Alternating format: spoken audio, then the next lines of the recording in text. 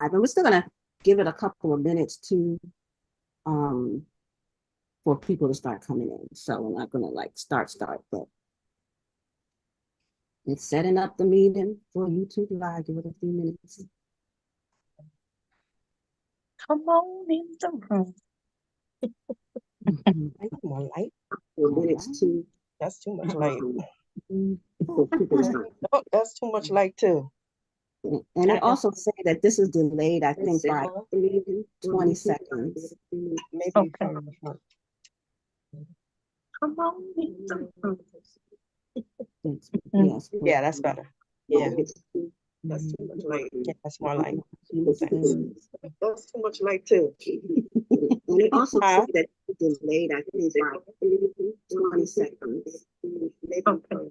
I'm trying to situate this. Okay. There you go. Am I the only one that can hear the? Yeah, I can hear the delay. Am I the only one that can hear it? Oh, Yeah. it might be because that's Bad. delay. What? I'm trying to situate this. Okay. There you go. Yeah, I am hearing a delay. Am I the only one that can hear the? Yeah, I can hear the delay. And Am I the only one that can yeah, hear and it? it's delayed. No, it's not on there. Maybe we have to mute. Oh, let's see. Let's try. There you go. Yeah, I am hearing a delay. Yeah.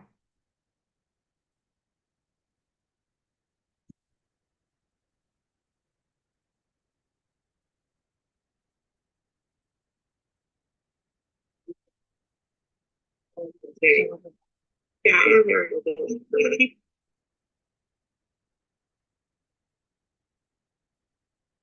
Yeah.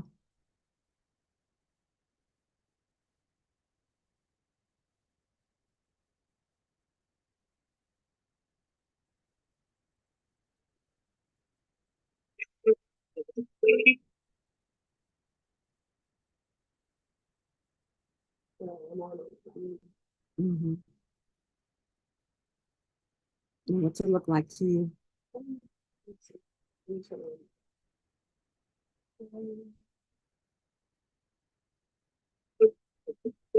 And even the video is delayed. Yeah. Mm-hmm. What's it look like to you?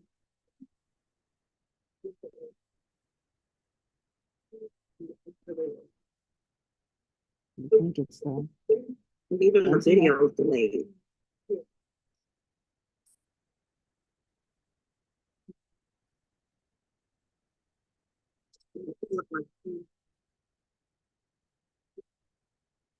All right, so we're gonna give it a minute for. I'm gonna text them. Even the video is delayed. We're looking at them.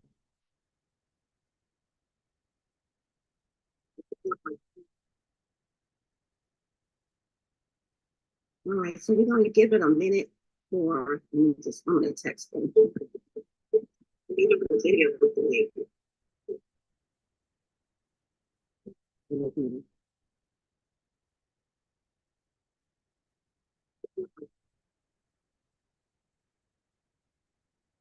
All right, so we're going to give it a minute for. I'm gonna text them. Even the video is delayed. We're looking at them.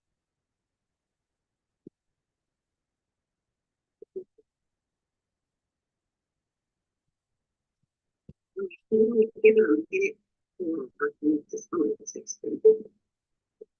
Even the video is delayed.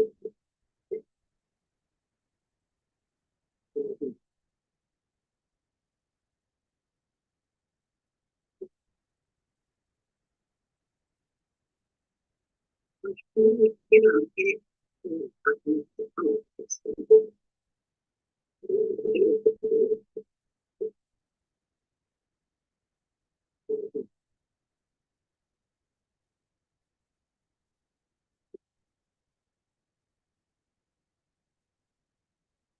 We're going to give it a minute for. I'm gonna text them. You still see the looping? You still see the looping? Yeah, I still hear you.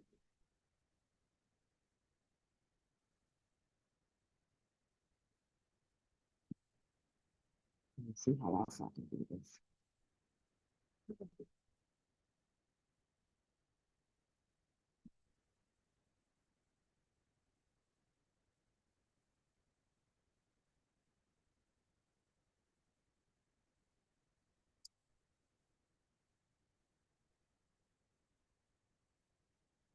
You just try.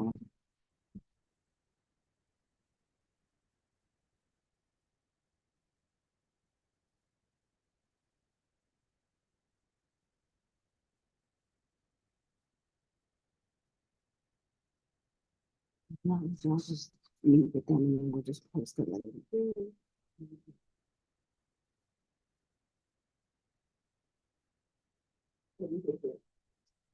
You do what I'm saying. Okay.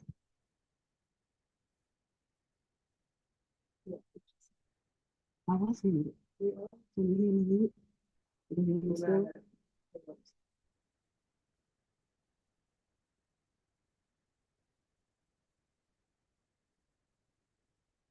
She's on mute when to the screen. Danielle. Yeah. Well, okay, so it's playing. Okay. Yeah, mute the The Zoom. no, mute the YouTube video. I think.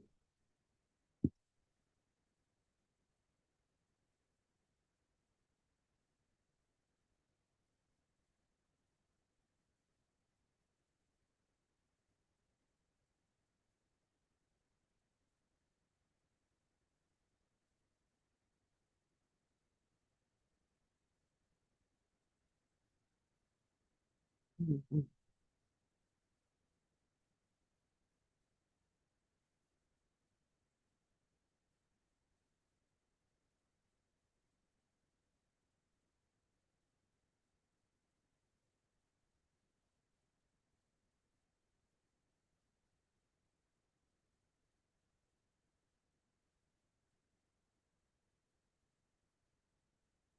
Okay. And she said the only sound should be on the screen.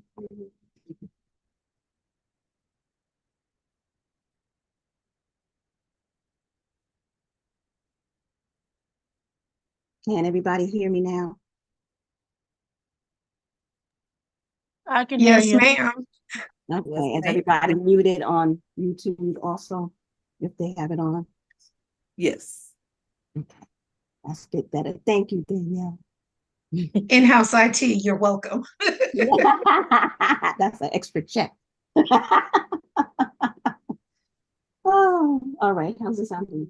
Okay, yeah, we good. We good. This is let it flow time. Let's do this. Okay. Now we got our technical difficulties over. We are going to do this. We're gonna get started. Hang on. Okay, I can't see myself. Just give me a minute. Okay, there we go. Scroll down. Yeah, there we go. All right. Welcome, welcome, welcome, everyone. My name is Reverend Mignon Grayson, and you are in the Sacred Mysteries YouTube channel. Today we have a panel of wonderful spiritual women. We call ourselves the Spiritual Mamas, and we're here today to impart what it is that we know and have experienced on our own personal journeys, and also give tidbits that perhaps may help you along your journey. You will hear 5 distinct, unique stories about our paths. Individually, everybody's path is unique to them. And that's something to remember. Your journey is not going to be like anybody else's, and anybody else's journey is not going to be like yours. So we're going to impart our journeys so that you can see how diverse the journeys can be and how to navigate and know that first and foremost, it's about you on your journey and not about what somebody else is doing. So with that being said, I just want to welcome everyone and to the channel, to this day, to what we're doing. So first and foremost, let me see, hold on. So the goals of this particular talk is, like I said, to impart our journeys, to shed some light, to also deal with some misconceptions that each and every one of us have dealt with in our particular paths, and to just give some love and give some nurturing. Spiritual mamas. Mamas about nurturing and giving to the people that we love, the people that we care about, those things that are needed. So in this particular vein, we're dealing with the spiritual arena. So we started the Spiritual Mamas because we did hear and see and experience a lot of people who are searching and seeking and wanting to expand and go deeper into their spiritual journey. There are a lot of people interested in ATRs, African traditional religions, and they don't know where to go to get that information. When you have a panel of experienced priestesses today. Also, there's another aspect of ATR that you can be a devotee and have a full spiritual experience. You don't have to be initiated to be involved in an ATR. That's not the goal. The goal is spiritual development. And if that is your path, then that's what you do. So we heard a lot of misconceptions. So we got together and said, you know what, let's get together and share ourselves and help folks and guide them.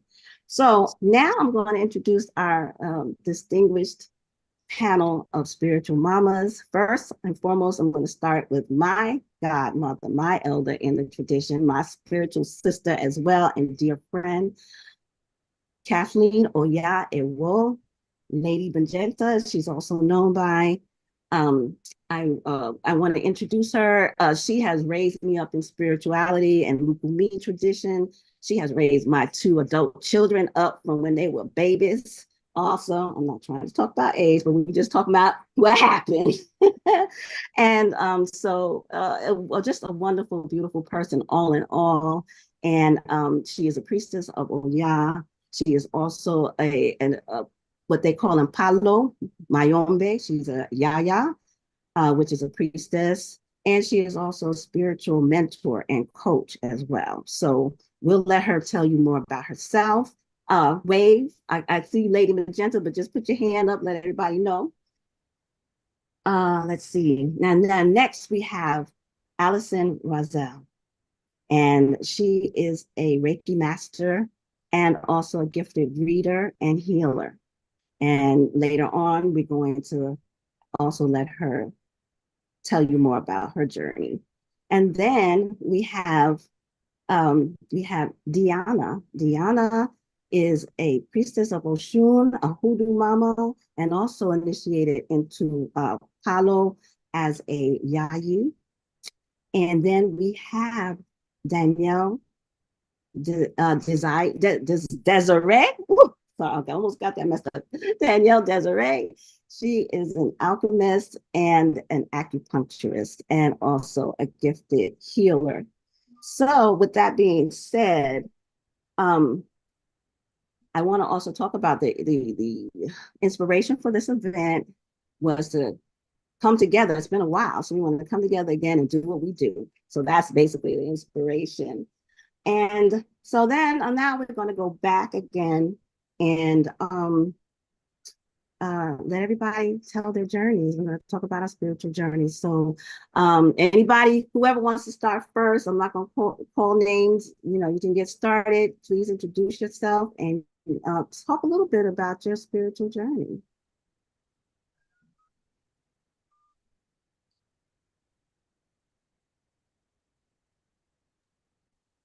Okay, I will jump right in since there were no other takers right away. So I am Danielle Desiree. I am a licensed acupuncturist, licensed massage therapist, and alchemist. And I'm an Apetavi within the Lucumi tradition.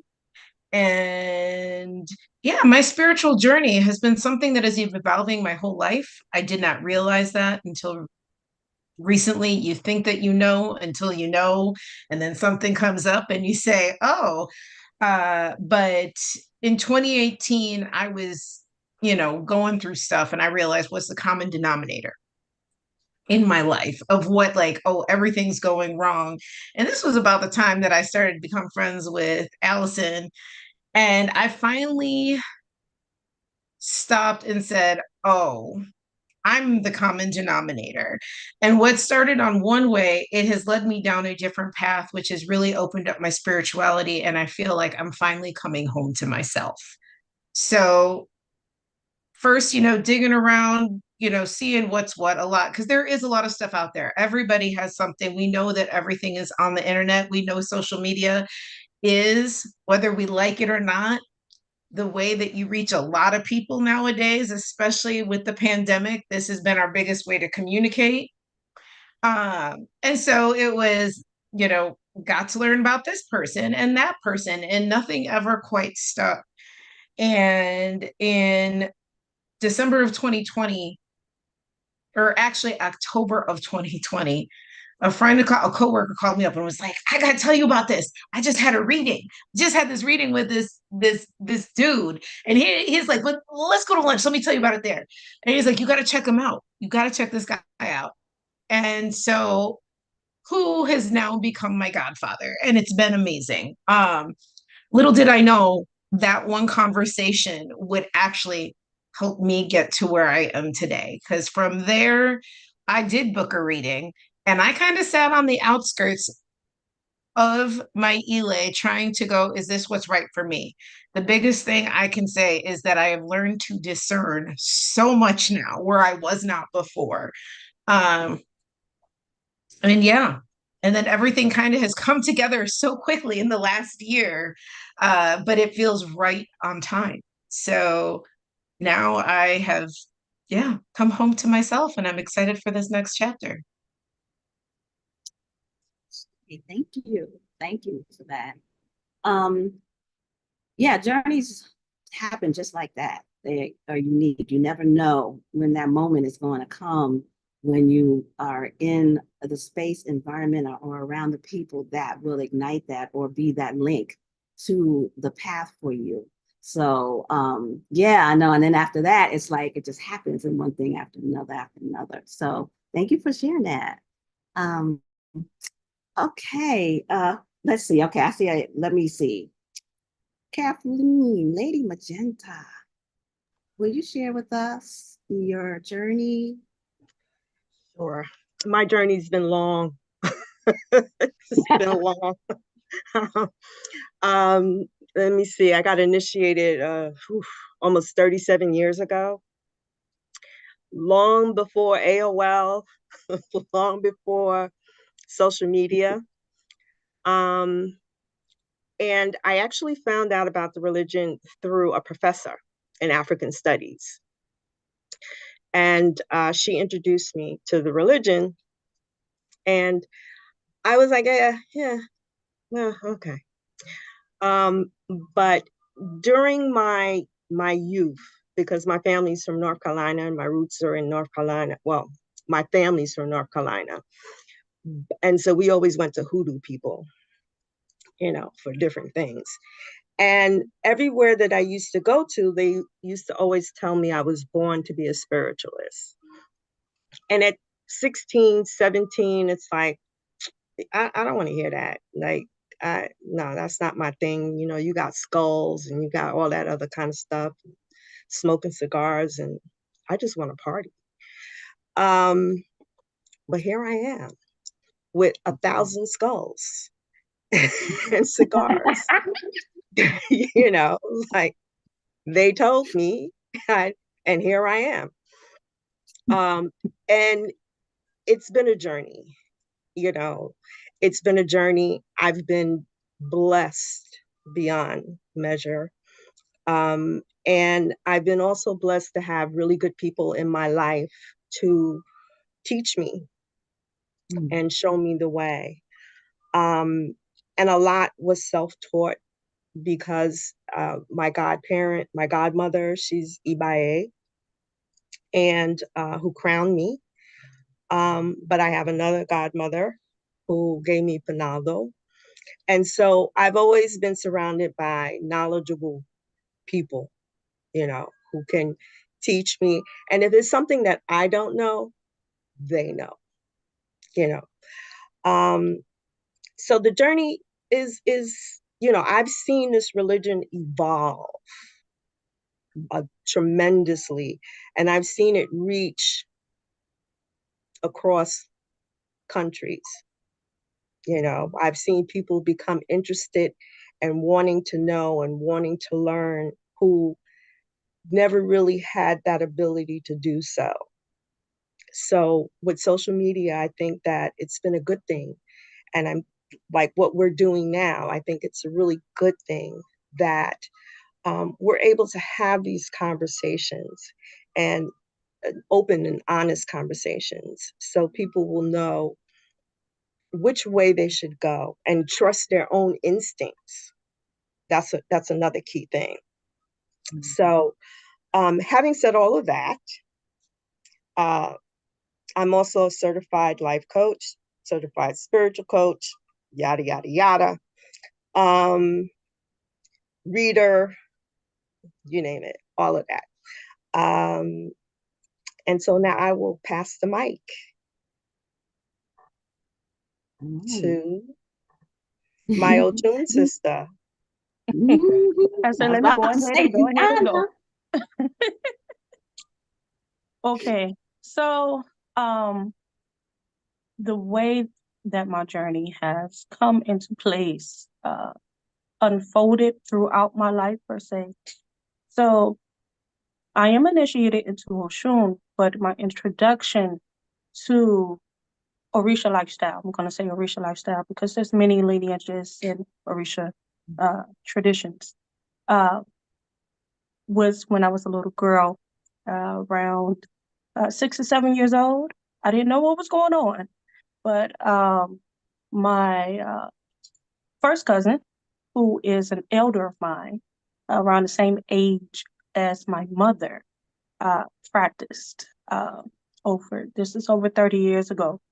And so I would see the things that she did, and I think from there grew my affinity for the Yoruba.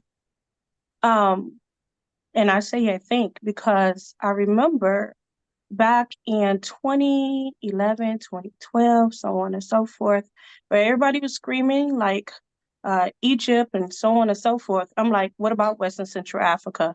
What about the Orisha? So on and so forth. But all throughout my life, I'm very Hoodoo centric, although I'm Il Orisha, which means, a mother in Orisha. I'm still Hoodoo centric because it is through Hoodoo where I was able to stay grounded. I remember before I decided to search for an Ile to actually become a devotee. Of course, I wasn't looking for initiation or anything like that. I said, I'm going to sit in Hoodoo, and my plans is they are to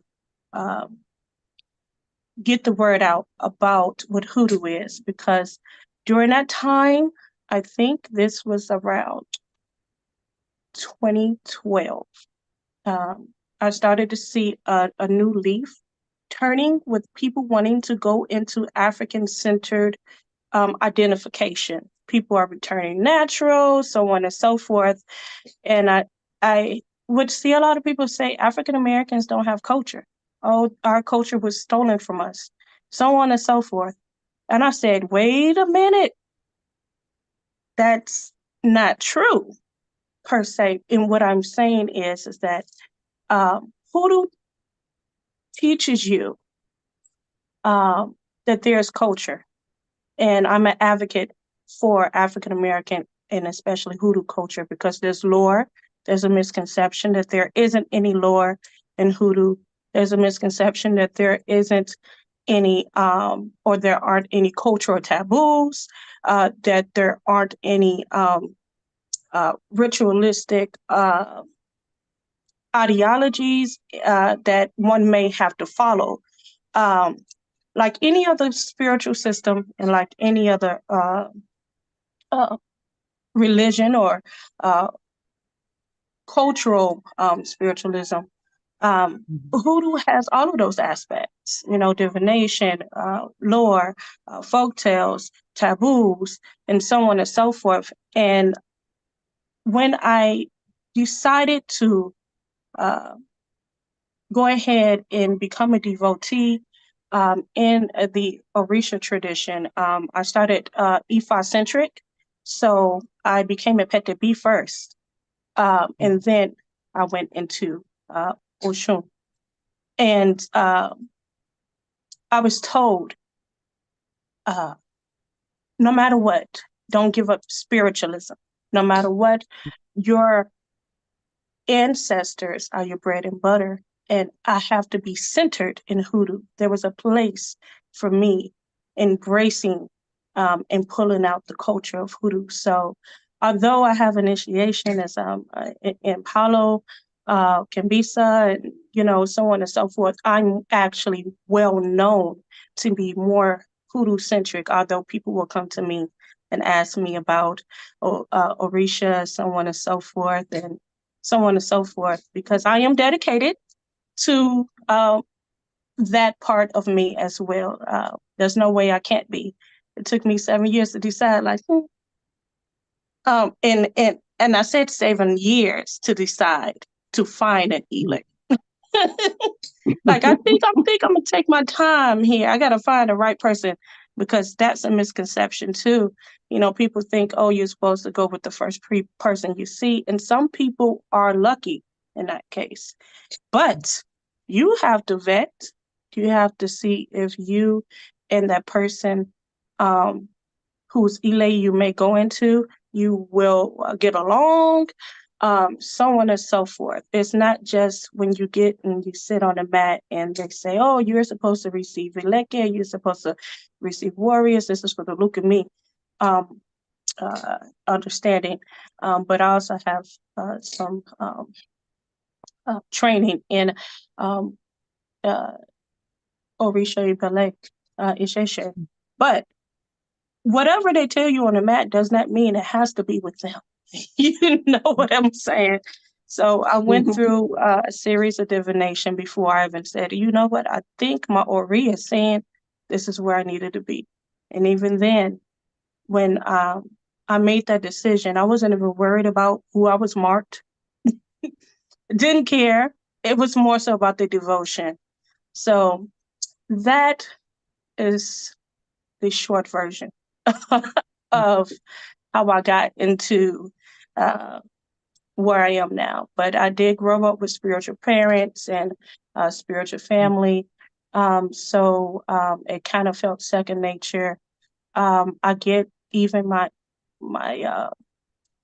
family telling me they're proud of me all the time. So I'm just happy to have the support of my family. And then now other people, like you all said, we're out on the internet now. It just makes it seem like I'm walking in a purpose that was given to me in Ita. So I'm also, it's awesome. Okay, I'll conclude there because I can keep going.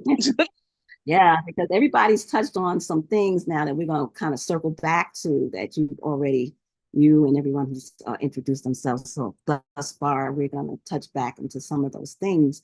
Thank you so much. I love that you said, you're rooted in Hoodoo and that is your foundation, because a lot of people want to give up and replace, and you don't have to give up and replace if that is something that is ancestral to you and that is something that has been foundational to you, but you just have to learn how to incorporate it and have them kind of move, flow, properly with each other. So that takes some time, some figuring out, but you don't have to replace what you feel rooted in just because you decide to go towards an African traditional religion, or any other traditional setting. So last but certainly not least for intros, we are going on to Allison. Hello, everyone. I am Reiki Master Allison Rozelle. I am not part of any of the ATRs, but I sit at the feet of these two beautiful women here who teach me so much about it. And I just say I'm not taking it off the table as a possibility at all. I'll go when it's time for me to go. I'll say that. But I am an energy healer. I am a spiritualist. I mainly deal with energy in the sense of going through your body from, the top of your head to the soles of your feet, and looking at where your energetic blocks are. I'm also intuitive. I am a reader. As far as my story is concerned, oh man. I I think for me it started for me when my son was graduating from high school, and I was having a bit of an identity crisis because I didn't know who I was after being devoted to being his mother all these years, and that's really all I ever was, and all I ever allowed myself to be. This was also around the time where I started to feel kind of a pull to not necessarily be, because I grew up Christian, I was raised in Christian environment, but I started to feel like there's something more, and I just always felt like my relationship was lacking. Like I never could make the real connection. And I couldn't understand why, because I'm like, I'm doing all the things, I'm praying, I'm, singing in church, I'm doing all this stuff that they said that I'm supposed to be, and that I'm supposed to have this connection, and it would come in spurts, but it never felt like I was really having that relationship with my higher power. And so I started exploring that all the more. I remember also around that time, I took a world religions class, and this pretty much opened my eyes to so many different things and so many different ways to look at spirituality and religion, and that it's not so different. There's the higher power that we all seek. And then as you all are talking about the traditions that you belong to, you've got the higher power, the creator, and then there are all the Orisha. And then in some traditions, they are called, goddesses and gods, and depending on like who, where you're serving. And I just found all that just like so beautiful, right? And so I decided that I don't want to put my relationship with creator in a box like Christianity. I want to explore this more. I want to find my footing. And it really was for me more of, I was looking for myself while also looking for God, and not realizing that it's one and the same. So that God power that I was really looking for was my own personal power and journey. And now I feel all the more connected through things like Reiki. I became a Reiki practitioner. And Reiki, it has been just so instrumental in my spiritual life. It is a holistic healing technique, but you can allow it to be part of your spirituality, your spiritual walk as well. And that's something that I do. So I use Reiki to help me stay connected with my ancestors. I use Reiki to connect with my higher self and my higher power. I use Reiki to, clear those energy blocks between the ancestor realm and myself, and really allowing myself to just be more open. And that's something that just always has been ever since, that just allowing myself to be open, allowing myself to receive from wherever I feel that I'm getting fed, and then understand the good food and the bad food, And there's a lot of bad food out there. But when you find good food, you want to continue that. And, you know, I that's where I found myself right now. So I'm like, Deanna, I could go on and on and on, but I'm gonna shut up so we can go on and have this conversation. Thank you so much. I mean, you said something very important about, you know, not boxing in how you connect with the creator, how you express your spirituality, because it is all about spirit. But all of these different traditions are an aspect of getting to the divine, of growing yourself spiritually. So the fact that you are open and see that your spirituality can get from many different sources that you feel resonate with you is a very powerful and liberating thing. To go on with my own spiritual journey, I am an interfaith, indigenous faith, multi-spiritual, ordained minister. And I came to that because of that one belief that many traditions, especially the ancient traditions, have so much wisdom and healing ability that I wanted to be a person that could minister to people who decided to walk a non-traditional path, a non-Christian path, in order to heal themselves. I saw and grow spiritually, and I saw in all the ancient traditions that I studied that there was so much power, so much wisdom. And so I wanted to learn about it and I wanted to share it. And I know that there's not a lot of support, that people are out here, you know, looking and searching. And, so I offer that support to at least help you understand where you may want to go.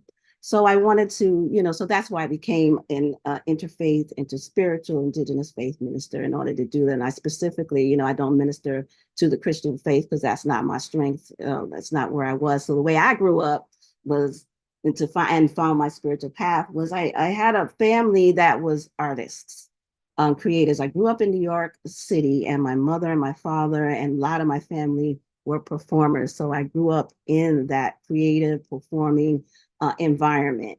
So I wasn't, with them, they were open because they were exposed from traveling in, you talk about the 1930s and the 1940s and the 1950s, all around the world to perform and being in touch with people worldwide and learning about their lives. So they weren't really strict about us having to be Christians. My mother made sure that we went to church at least a few times. She said, I want you to experience that so you know whether or not it's for you. But on my father's side, Pentecostals. So they were very, very staunch. My grandparents were, grandfather was a minister. Actually, we had the temple, Grayson Temple Church of God in Christ out in Brooklyn. And so they were more traditional in that sense, but my father wasn't. So anyway, I was exposed to a lot of things when I was coming up. And as a teenager, I opened myself up to learning different occult things, mysticism. And then I actually, as a young person, I was exposed to African traditions of the Akan people really early on. I went to rituals with my mother. She was very open and, took us around with her.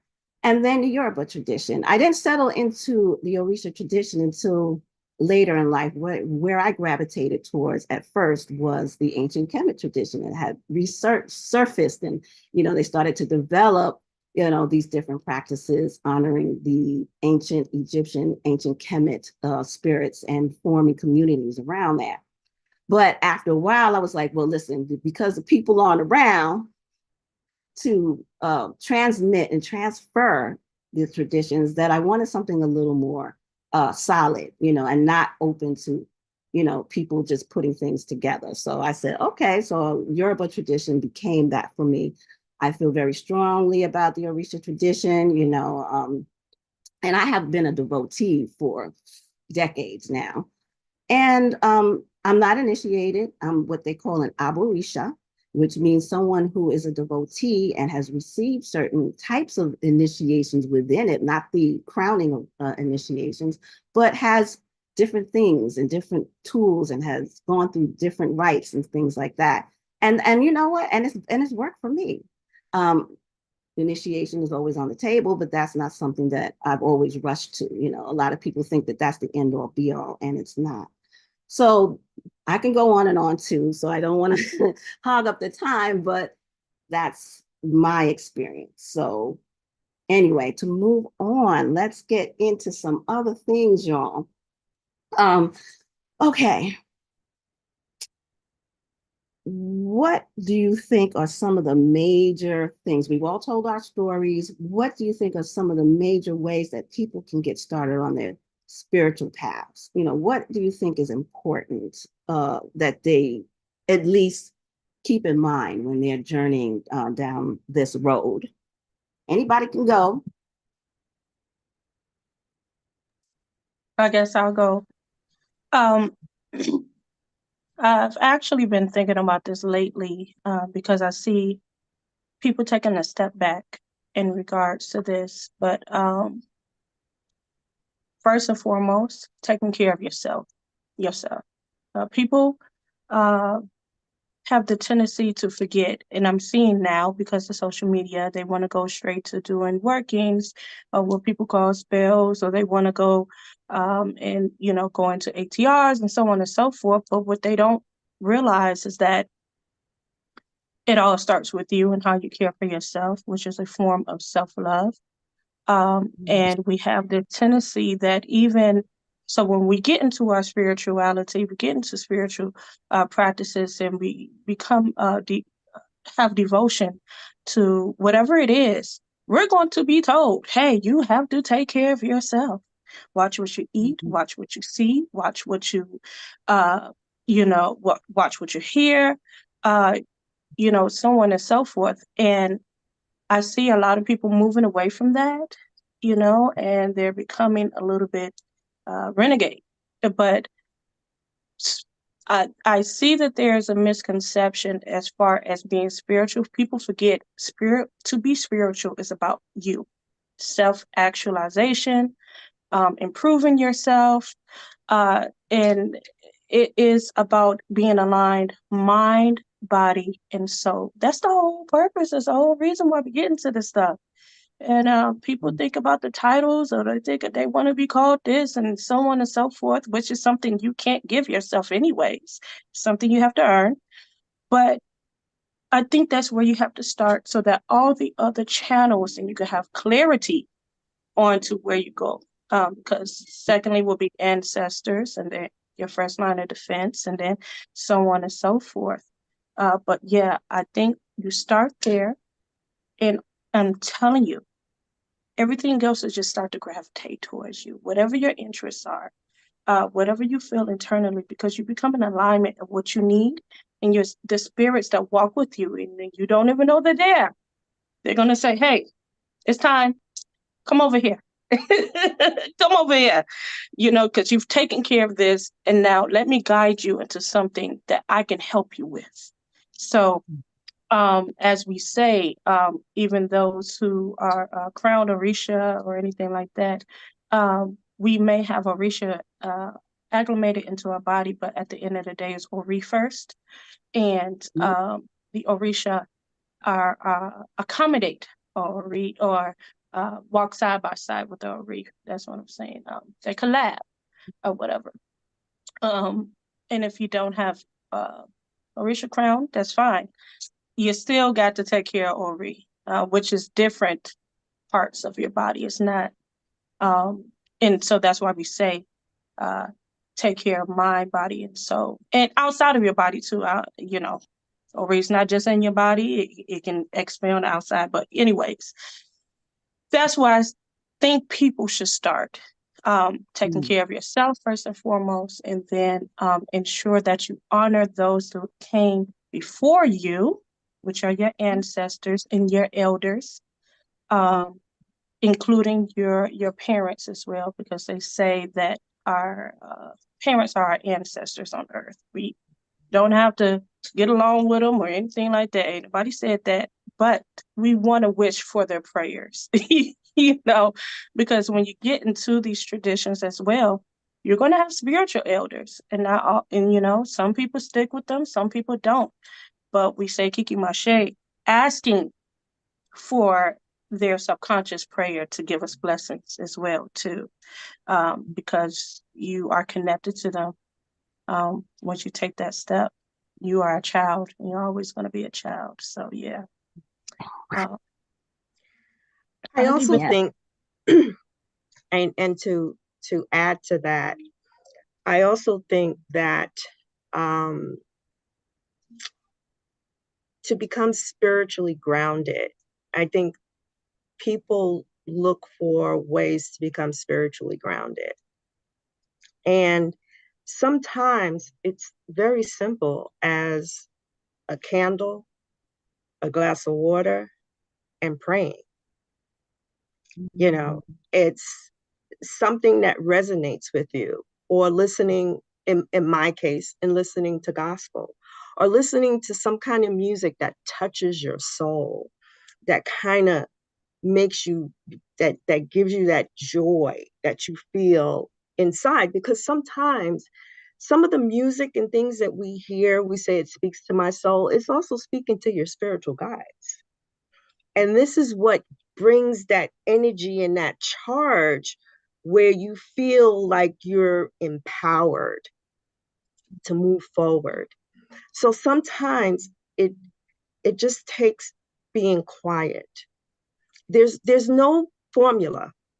There's no exact formula for anyone to be able to say, I want to be spiritual. How do I do that? There's no real formula.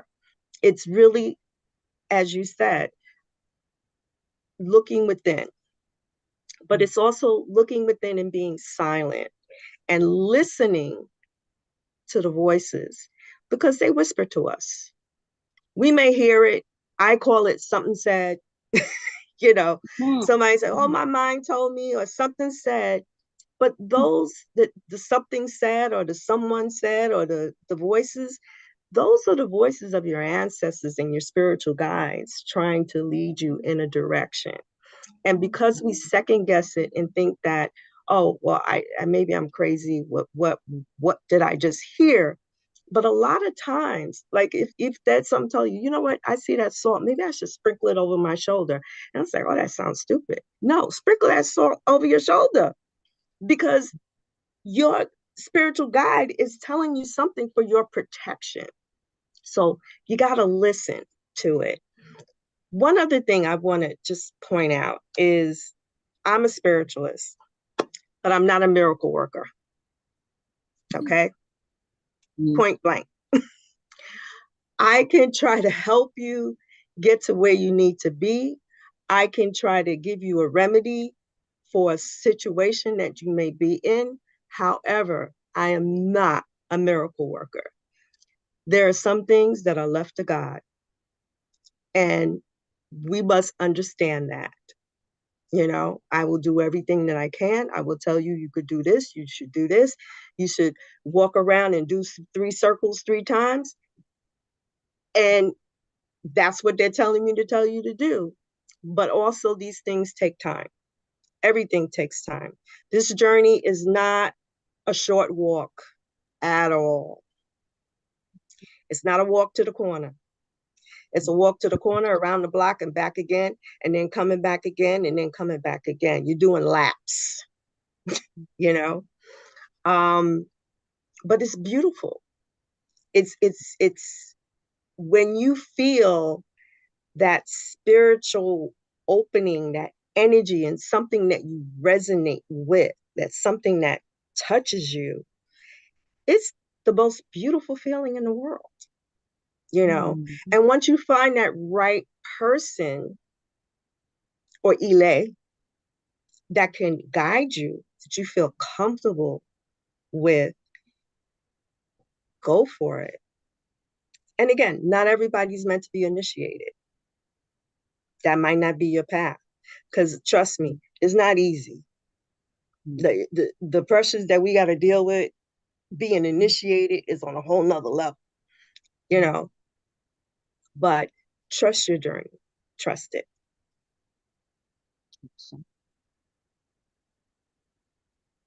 Your sound And is off. Huh? Yeah, Lady Magenta, we can't hear you. You can't hear me? Oh, now. Okay. Yes. Oh, okay. Maybe I was too far from the mic. Did you hear the Trust the Journey? Mhm. Okay, that's all I said. Okay. That I was think it. the delay threw me off. Oh, it was the mic drop. That was yeah, that all. was a It was mic the drop. Yeah, past it. I wanted to also just piggyback off what both of these ladies said. It starts with you. With any and every practice, it's about you. It's not about the love spells. It's not about you getting a reading every 5 days about will he come back to me? Let him go. He's probably best let go. You probably got your ancestors that's been telling you, will you please leave that Negro alone? Listen, it's just it's just a matter of you. It's you being open. And one of the words that came to me a lot in some of my teachings as of late has been the word allowing, as in allowing and surrendering. Allowing and surrendering has been huge right now, coming through in a lot of my teachings and a lot of things that I've been doing for myself, because it's like I teach it, but I need to do it, surrendering, allowing spirit, God, Allah, Allah Damade, Holy Spirit, whatever name you give that presence, allowing yourself that moment of surrender. Because yes, it starts with you. It starts with just you getting still, being quiet. Yes, you are to seek information, but sometimes we give ourselves information overload because we're looking, instead of just sitting still and allowing yourself to be ministered to, if you will, by your spirit team, because they're always around us. They're always talking to us. They're talking to us through a song that comes on. I can be riding in the car and have my Spotify on shuffle, and all of a sudden, something that I've been thinking about, a song will come on, and it immediately comes to those words that I need to hear at that moment. And I promise y'all, I think Prince is one of my spirit guides because he just be talking to me all the time. But anyway, it comes through a song. It comes through, you can turn on the television and they'll say something. It's not that your ancestors aren't speaking. It's not that your spirit guides aren't speaking. It's just that, are you allowing and being open to them using other means to contact you? Because sometimes it's not always going to be just like them speaking in that way. They're Right. going to speak your language. If you're a music head like me, and they all know that I am, and I love music, they're like, well, let me find the right song that she will listen. Okay, DMX, go. But yeah, that's what I wanted to add. Yes, that is very insightful, very powerful, what everyone has said thus far on the spiritual journey. And what is consistent throughout each thing that everyone has said is it begins with you, period. It's not what some guru or somebody that gave themselves or has the title of babada boobada bibada. It's about you. And people can come and tell you this and tell you that, but you have to really, really always be, like they say, work on grounding yourself, work on allowing the messages to come in clearer and clearer. And that takes devotion to implementing practices that will help you to shed away the excess clutter and be able to get down to the sharpness and the awareness of those messages and it also is your higher self. It's your guides, it's the ancestors, and it's your higher self as well, speaking to you constantly. So those practices can be, you know, but everybody talks about meditation, getting quiet, getting still, you know, kind of detoxing from being external with social media, or, you know, going here and going there, spending some quiet time alone, spending some time in nature. It could be through dance. If that's, you know, there's different ways in which people can tap within. It could be dance, it could be singing, it could be, you know, walk in the park, it could be anything, art, creating art. It could be just throwing yourself into something that makes you feel joy and makes you feel connected to something greater than yourself. And then start to listen, because it will empower you that no matter where you decide to walk and whoever you decide to be with in your spiritual journey, you will always have that discernment. You will always have that awareness that will guide you in the way that will keep you safe, that will keep you healthy, that will let you know, don't go down that way, go this way, that will let you know, this person or these people right here are not really for me, you know, and or these people are for me, or this person is for me. So it begins first and foremost with you, like everyone else has said, but that's my little spin and take on it. Danielle, do you want to add? The only thing else I'd say is not only a race, it's not a competition. Just because someone goes like, because I was very ignorant, and that, I mean, and this is part of just stuff I've learned. It's life is not a competition, but particularly when you are trying to find your home, what your spiritual path is, there is no race to get there. And just because somebody else is on a faster track at that moment, because you are seeing a snapshot, you don't know what it was 2 years ago, 20 years ago, or how long. And that just because something happens so fast, it doesn't mean that it happens that fast for somebody else.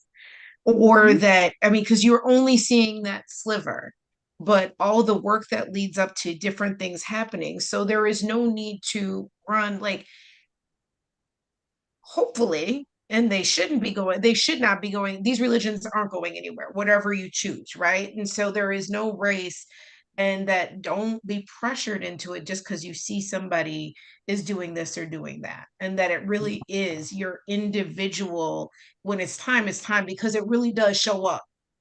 Like when you are supposed to, like, even from my experience, that I was like, okay, how's this going to happen? And literally everything came together in 4 weeks. And I was like, oh, okay. So this was just my time. And one of my god sisters, it was like 15 years before she took another step. So it really is one of those things that you have to stop and say, like, there's no race. Whatever it is, because it's about your comfort level and it's getting comfortable with yourself. It does keep coming back to yourself, because that's all it is. Well, that's why you were born. You're here for your own particular journey and your contribution to this planet, to the space and time that only you can do. We are each unique unto ourselves, and there is a purpose for our birth into this world. And, you know, and that purpose contributes not only to yourself, but it also to those who you are connected with, be it family, be it community, be it, you know, other places that you go in this world. But it is about you. And then you come together with others that are either complementary or on a similar journey, and that you all can help each other along the way. Because yes, it is a solo experience, but doesn't have to be a solo journey, or opposite of that, a solo journey. And, you know, you are with purpose with other people as well. So anyway, that is so very, very, very true. So we're coming up on an hour we've been on so far. And I wanted to also, you know, touch on some things as well. One thing in particular, and I like for our priestesses to kind of weigh in on this. because what I've seen out here is a lot of people who are calling themselves or naming themselves priests and priestesses and haven't gone through any particular training or initiation or anything like that. And I think that what happens is the role of being a priest or a priestess is taken lightly. And it is such a giving of self and such a selfless act to devote yourself to serving the people, and that it is not just a title. It's not just a title. It's something. It's a act in motion constantly, and it's the way that a person decides to live their life. Sometimes we're called to it. Sometimes we're thrown into it, and sometimes we go to it. But so would either one of our priestesses like to weigh in on, kind of give us a little perspective about that? Well, being a priestess and getting initiated, one thing I'd like to clarify is, like, a lot of people seem to think or feel that once they get initiated, all their problems will go away. They will, make it to the land of milk and honey. And that is not the case. It's something that you have to work on and work towards every single day. Every single day. I think a lot of people are under the misconception, because of social media, that they can self-initiate. They cannot. You cannot be self-initiated into the Lucumi tradition. And I believe in not even Isese. There's always witnesses, always has to be witnesses there. So if someone is presenting themselves as a self-initiated priest or priestess, I would run from them. If they're professing to be of the Lucumi tradition, I would look elsewhere, because this is a religion of witnesses. There has to be witnesses to basically the majority of the ceremonies that we have. There has to be witnesses there. And if there are no witnesses there, who's to say that it's been done? You cannot receive your orishas through the mail. I need to clarify that. We cannot send it to you through the mail. We cannot send you your alekis and bless them through the mail. There are things that have to be done hands-on.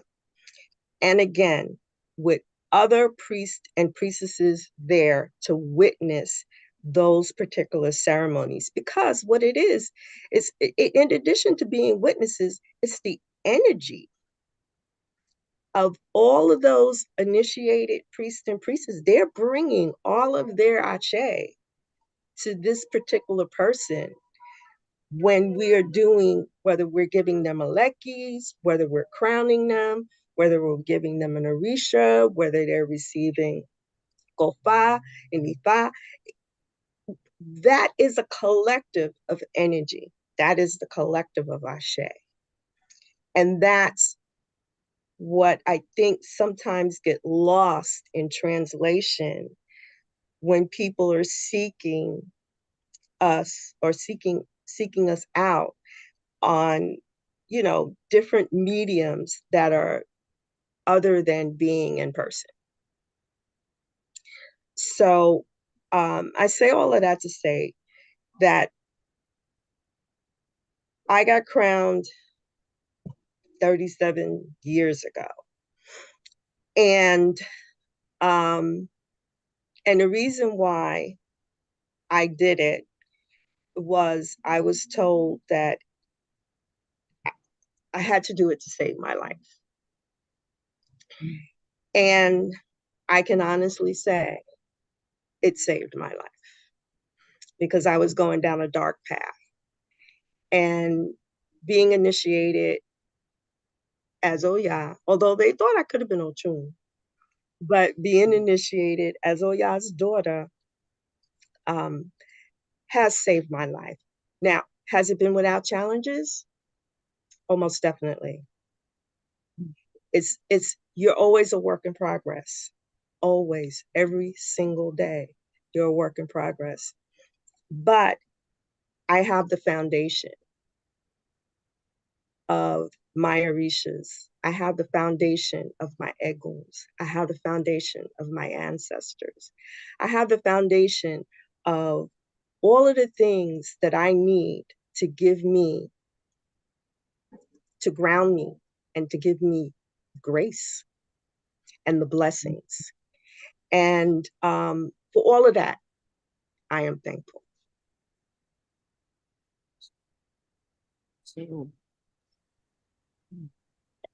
Well, in regards to people giving themselves title priest or priestess, one has to realize you can't give yourself that title.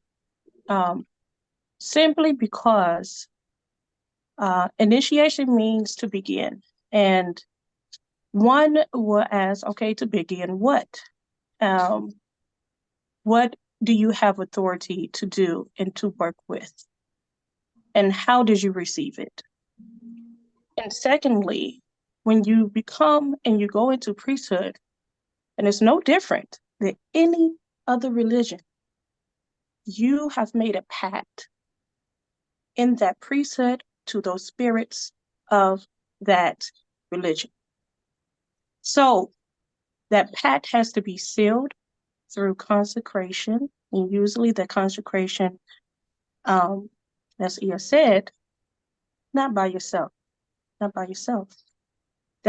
then through that pact, you have sworn, or you have acknowledged that you will honor the core principles of being a priest of whomever or whatever you have initiated into.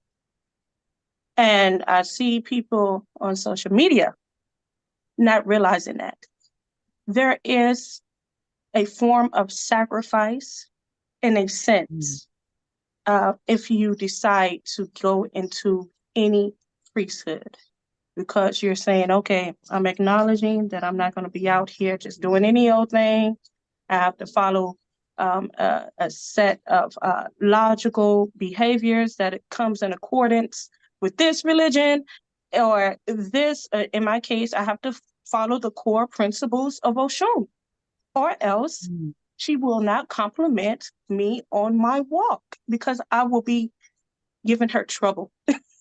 You know, she can try, but as they say, no blessings will come to you without the permission of Ori, you know.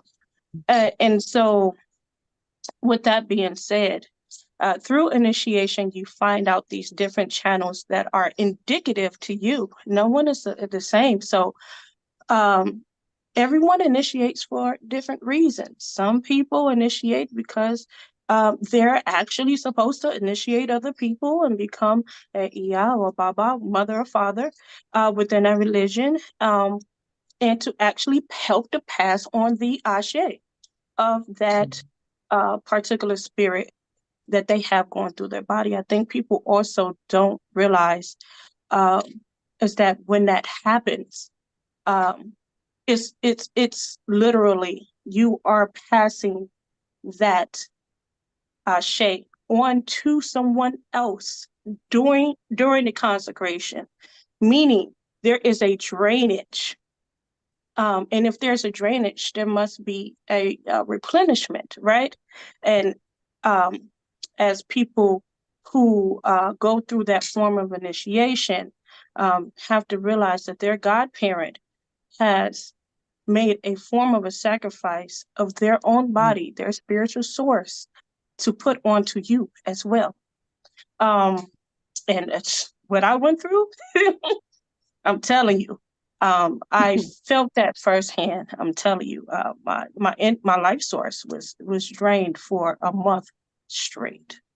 Put it like that, and it was something I never felt before when had the opportunity to crown. And it happens with other people different ways where their life force, because again, that energy is in that your godparent's body will be drained. That's why it is said that as priests, you have to keep up with spiritual hygiene, and especially if you are going to go initiate someone else, you have to find some way to replenish that.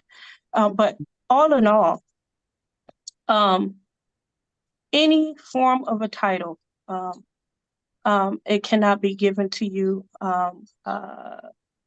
just by yourself. So I'm going to even touch on Hoodoo because I am Hoodoo centric. There are titles in Hoodoo people don't realize, and you can't just give yourself, such as mama, papa, mother, father, professor, doctor, so on and so forth. Those titles are given to them by the community or through the ordination they have received to receive that title. So mother and father usually comes from those who are of New Orleans, Hoodoo, and they may have went through maybe Catholic Church or even the spiritualism system, which is a religion in of itself, but a subgroup of Hoodoo. They call them mothers and fathers who are leaders of that. To be a leader means to be an elder, but you can't call yourself an elder. People have to look at you in that way. There's just so many aspects people don't realize. And I will tell you this, most people who begin or initiate into priesthood,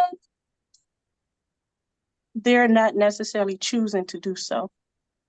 I've noticed that, you know, they don't go and say, oh, I want to be a priest. It ends up coming to them, and then all these responsibilities are placed into them like, hey, one day you're probably going to have to do this. You're probably going to have to do that. And I've noticed most leaders are like, I didn't ask to be a leader. I said I want to be a devotee. What is going on here?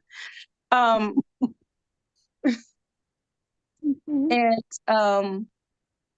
long story short, even if you are a priest or a priestess or so on and so forth, again, it all circles back to what is best for you. That's the whole reason why you initiate and go into that journey, based on what is best for you and your life journey and what your inner self and your higher self has chosen to help bring yourself up. Some people actually lack on being an elder or a leader when they are naturally that. And so some people would be told, hey, you need to initiate into such and such to receive the ashe of such and such. And also, in addition to that, you are supposed to have many godchildren. And that person usually would say, what? Hold on. Now you're moving a little bit too fast for me. Or some people, you know, they needed to receive that ashe of that spirit to save them their life, because again, it is in their body. It's in their body. And then to receive the guidance of that spirit too. And that spirit has the tendency to talk to them, you know. In addition to that, everything else that the priest has been introduced to. I've seen a lot of people believe that, once you become a priest, you become spiritual, or I don't need anyone to initiate me because I was already spiritual, or I was already a medium, or I was already gifted. That's not why we initiate. We don't initiate to have spiritual gifts. It may enhance it, but most people are born with their gifts, you know? So I can keep going on and on about that, but the main thing is believing initiation automatically gives you spiritual gifts that you were like already born with. That's a misconception.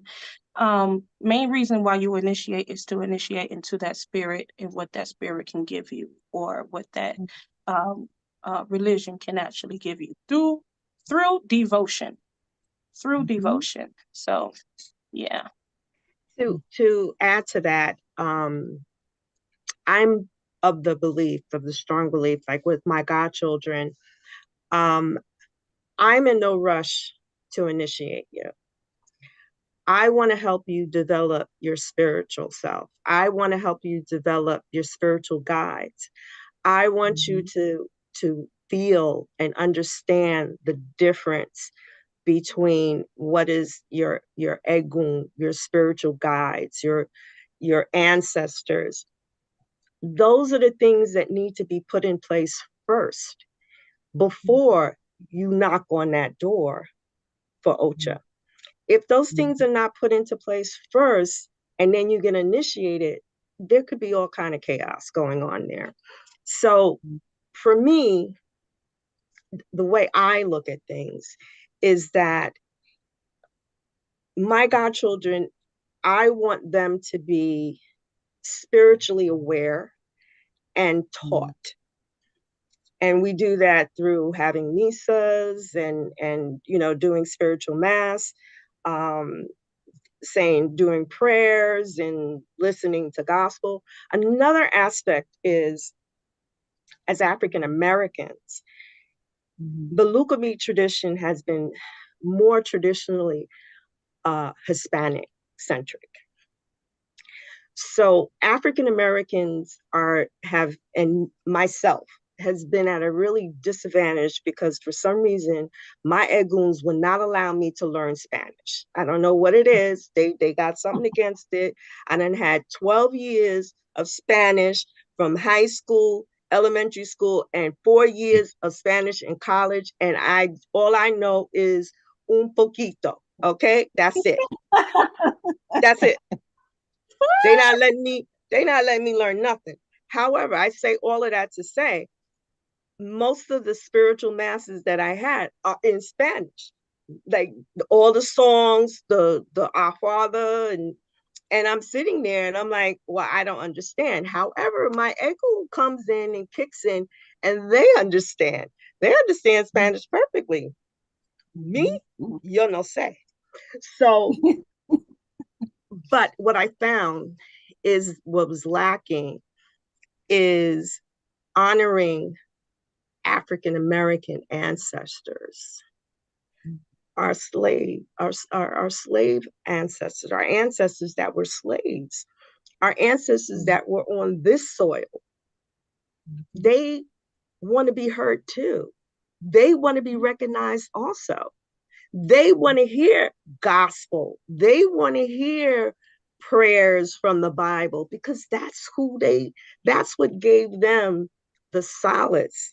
That's what gave them the strength that they needed, because that they incorporated what they had to leave in Africa and they brought it here to America, but they had to pretend and put it in the Bible.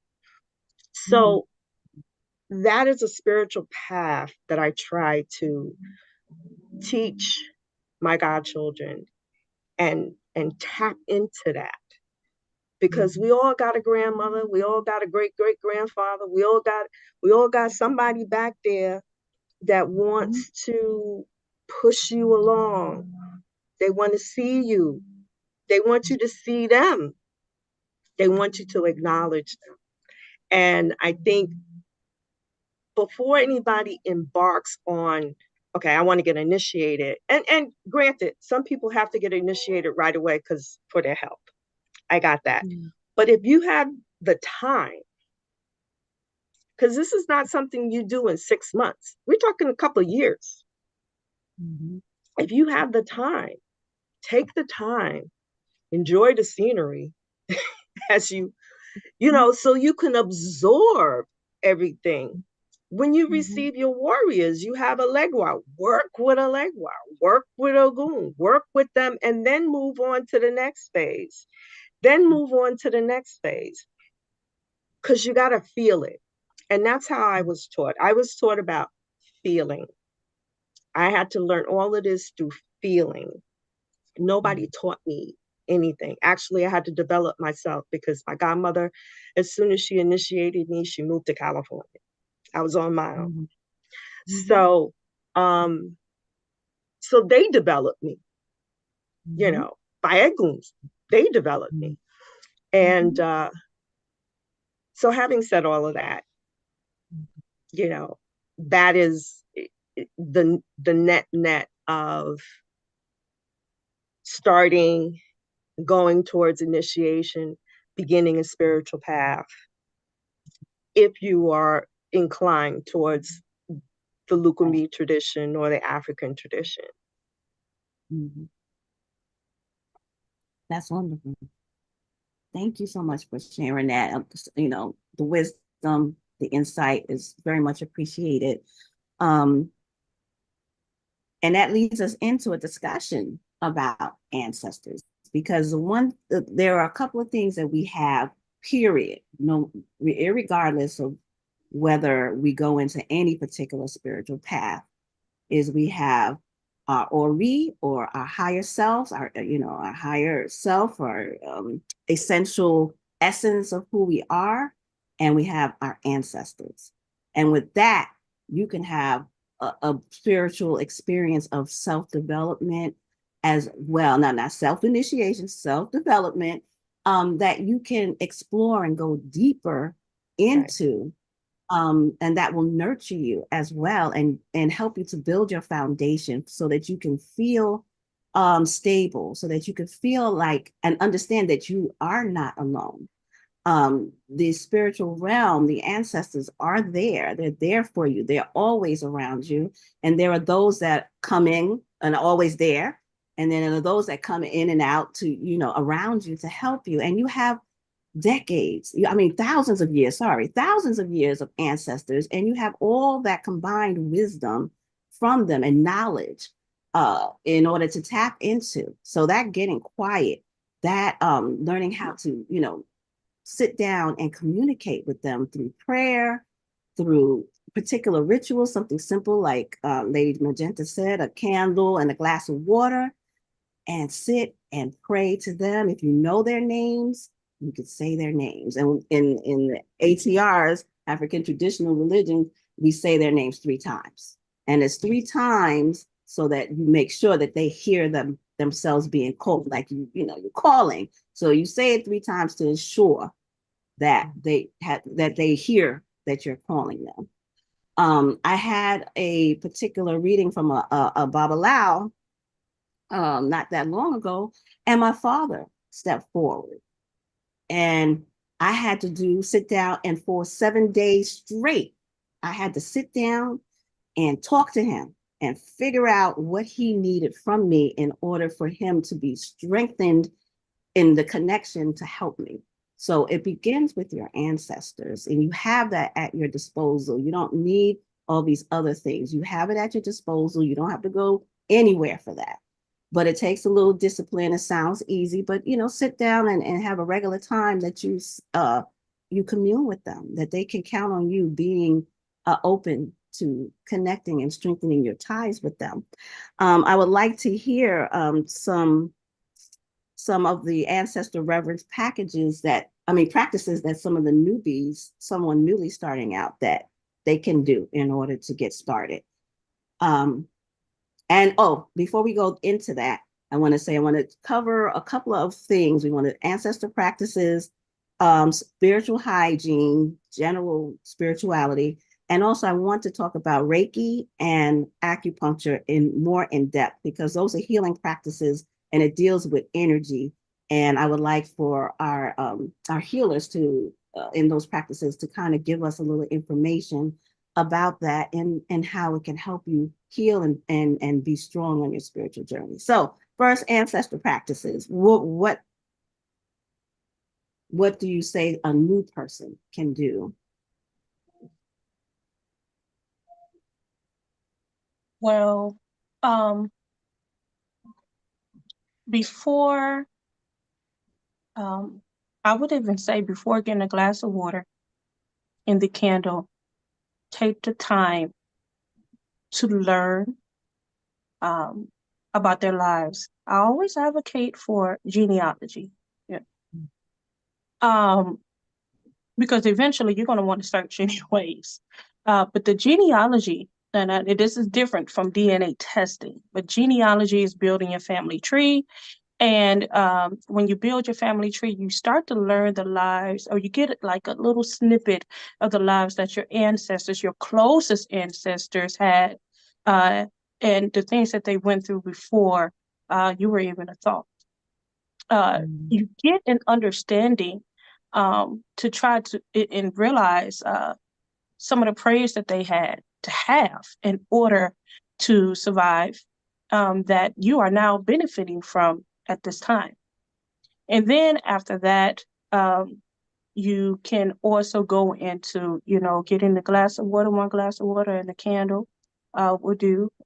Heck, even if you ain't got a candle, get you a glass of water. Water is a conduit. It was water in the sky, it come down in rain. It was water in body lakes and so on and so forth. We get baptized in the water, we go into the water and so on and so forth. And we all got water spirits that's with us because, like I said, it is all around us. It's in the air and so on and so forth.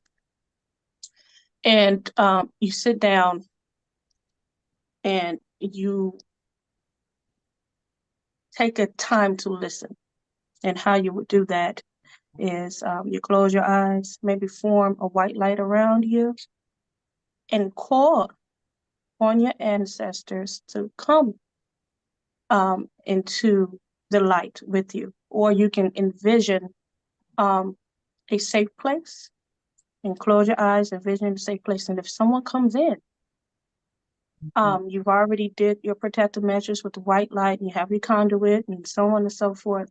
And if they come in, you can ask a question and they will start to talk to you and so on and so forth. I have people think, or you can do this outside at the base of a tree, you don't even need the glass of water. Go outside and ground yourself and connect yourself, because they said that the ancestors are in the ground and they're also connected to the trees. And allow for the spirits to come into you. Now, I didn't say the bush, it's more so like a tree, because the spirits do exist, a little bit more clear area. And you will be amazed about who comes into that vision that you're having. Maybe you're sitting at a park, envisioning you are on a swing or a park bench, and then next thing you know, you get an ancestor sit right next to you. And you all start to have a conversation. Don't break the vision. Have the conversation. And then when you come out, and do it little inklings. You ain't got to do 30 minutes, an hour, or whatever. I say that because you can become overly stimulated, especially if you're a natural medium. And then record. What is it that they said? Because from my experience and the people that I give this to, they come out with realizations like, oh my goodness, I just got some advice I really needed. But yeah, it's so many different ways to connect with their ancestors. But that jogging the memory, it is said that we have the memory or some of the memories of our ancestors because we are them and they are us, and we have their DNA. So jogging it is through the genealogy research. So we jog those memories, and then it kind of flows a little bit easy. And there's all you have to do, you start with yourself. You need your birth records or when you were born, and you start there, birth certificates, death certificates, and that's it. You may, but that's how I would say maybe to kind of start for someone who was new. A lot of people want to concentrate and do big old elaborate altars and so on and so forth. But if you know nothing about that, and it's going to cause some confusion, because if you're confused, your ancestors are going to be confused. So if you know nothing about that, as simple as possible, and you're going to be good. Absolutely. And as a point of clarity too, I just wanted to say that when we say ancestors, we mean elevated ancestors, those who are residing in the ancestral abode in heaven. We're not talking about everybody that passed away, because we have some of them deceased relatives that we don't need to be activating. So when we are talking to our ancestors, the word ancestors, sometimes it gets mixed up, because here everybody, it means everybody that ever passed away in our family. But really, when you go to the traditions, if they bear the title of ancestor, they have made it into the ancestral abode in heaven, and they work for your good, period. You can always clarify when you're doing your prayers that you want those that come to you that are for your benefit and your upliftment only. But, just to know that's what we're talking about. Because some people I've heard they had concerns, and they wanted to know, does that mean I have to honor this person that I know was not a good person, very hurtful, even though they're a relative and they're deceased now? The answer is no. There's a ritual for that. Them. We just want to clarify.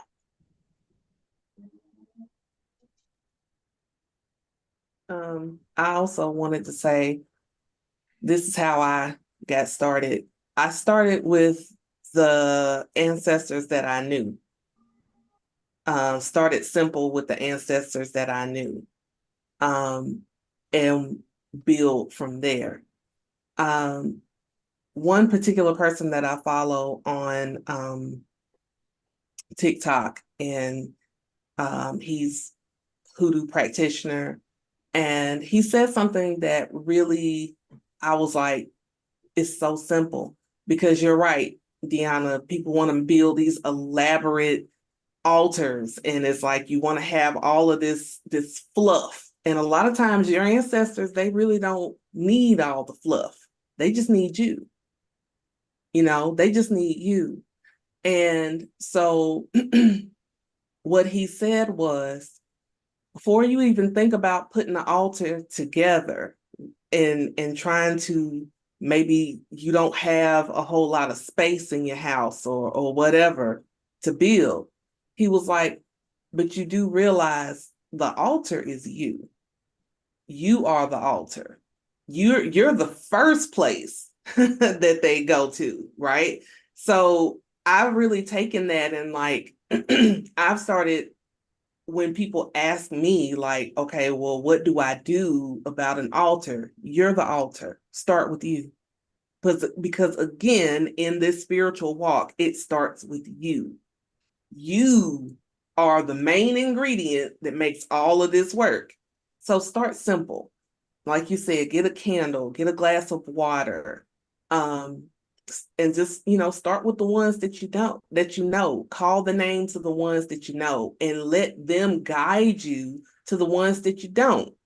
And let them help you get to know the ones that you don't really know.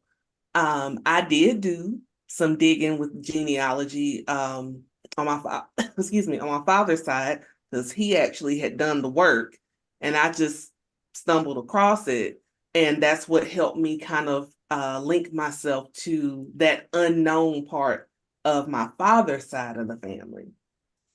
But yeah, if you're just starting out, like Danielle said, it's not a competition, it's not a race. Just take a deep breath, start from where you are, and just know that it all starts with you. Keep it simple, and they'll come through. They'll come through.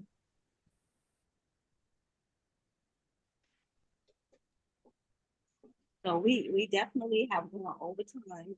Is everybody all right with the time right now? I'm good right now.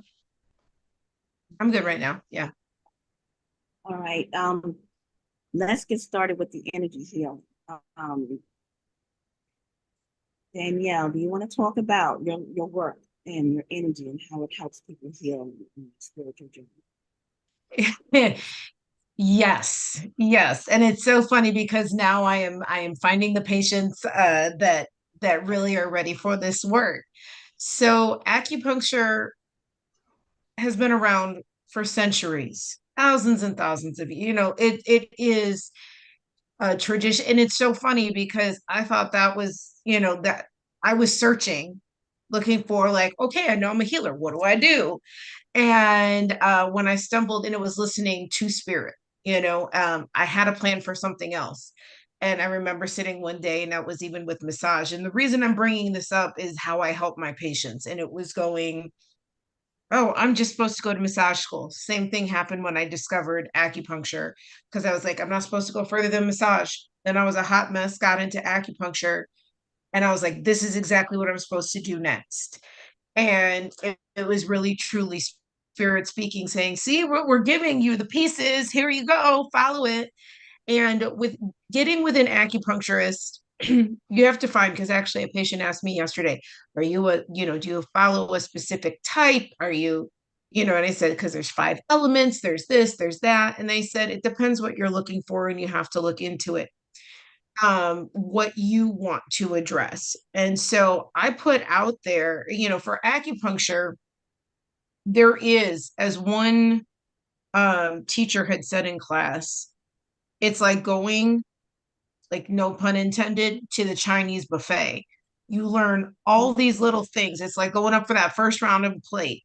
And then when you finish school and you're out there, it's time to go back for the second round of the buffet.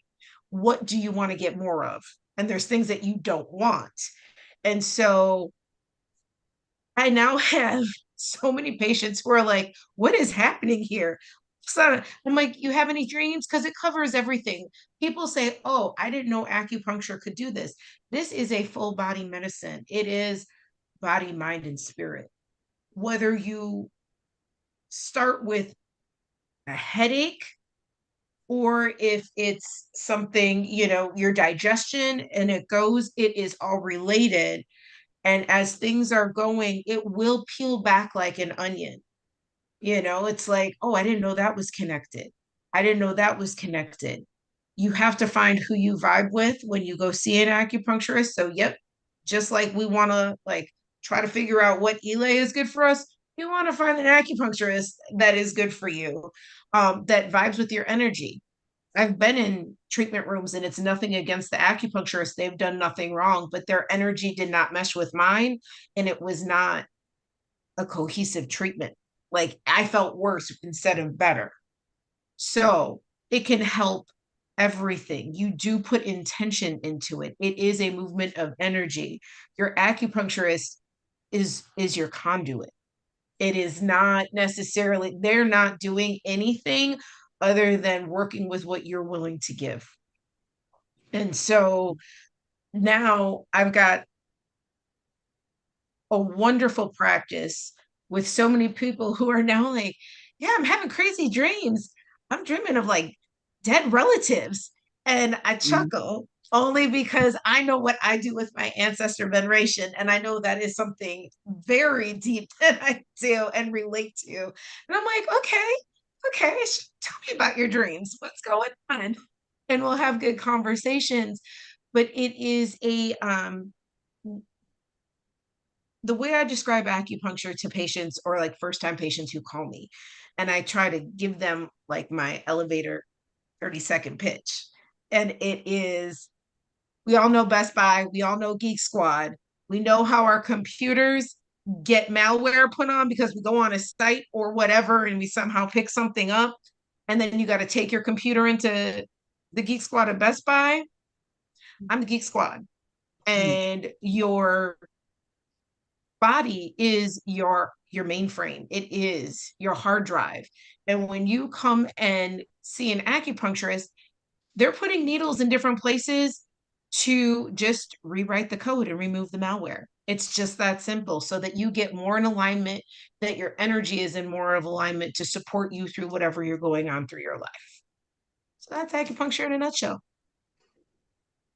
Oh, that's beautiful. Yeah, I've gotten a couple of treatments myself before, and a lot of people speak so highly of it, and it's all about energy flow. Your meridians and changing the flow of energy to become more healthier, and I can see how it affects your spiritual practices as well, because the healthier you are, the more energy you have to, how would you say, direct into your spiritual practice. So, thank you for that. I'm going to look for one immediately. It's some good stuff. It's good stuff. Are you in New York? No, I'm in Chicago. Ah, I'll be in New York in September. maybe I can wait till then. Um, Allison, I know you are Reiki master. Please, let us know the same thing about, because it's all energy, the spiritual realm, our bodies, this planet, it's all energy. So, working the energy in order to be healthy is part, people can participate in that in order to help them along their way on their journey. Yeah, absolutely. And when you are an energy worker, all of those things, like you just said, it's all relative, right? We're all connected to each other, to this earth, the atoms in our body. Like, I always say the creator was just a mad scientist, because all the math and science that's all around us all the time and within us is just amazing. So when I am working with people's energy, I'm dealing with the chakra systems. And if people don't know what those are, the chakras are Sanskrit for wheels. Sometimes you can say chakra, but they're spinning in your body. You start at the top of your head with the crown. And we have them all over our body, but I deal with the 7 main ones, which is the crown, third eye, the throat, heart, solar plexus, sacral, and root. And when we were talking about connecting with our ancestors, what's really interesting about Reiki is the universal life force energy. And the universal life force that I know of is God, is spirit, is source. So this is what I am, the conduit. I'm not giving anything of myself. All I'm doing is I'm guiding that energy through your body. What's great about it is when I am channeling that energy, I can look at you and tell, okay, where do I need to go in this person's body? Where am I feeling so much of like maybe dark energy, or just like stuffiness, like it just like you need to breathe, or something like that. So when I'm feeling this energy and guiding the good energy through your body and helping those chakra wheels to turn and spit out all that negative energy, and while also grounding you, right, and connecting you, it helps give you that mental clarity, because a lot of us are walking around, especially now, we all are connected to these things, right? And all the energy that comes from these things. And a wise breathwork woman, who also name is Kathleen, told me once, don't you let these things be in the bed with you when you go to sleep, because all the energy that's coming through from this phone. And I thought about that. I was like, that is so true. All of the notifications that I'm getting, all that social media that's still actually open on my phone is coming through and getting into my bed, getting into my body, and I'm absorbing that. We're also absorbing other people's energy throughout the day. Good energy, bad energy, energy, all of that. So what I do is I go in and I just take like my little energetic broom and I just sweep through your body to give you some clarity, help you hopefully sleep better, help you take some stress and tension off of your body to get you to relax, help you to be present in the moment and not be thinking about what happened 5 minutes ago or 5 years ago, or what you think is about to happen in 5 minutes from now or 5 years from now.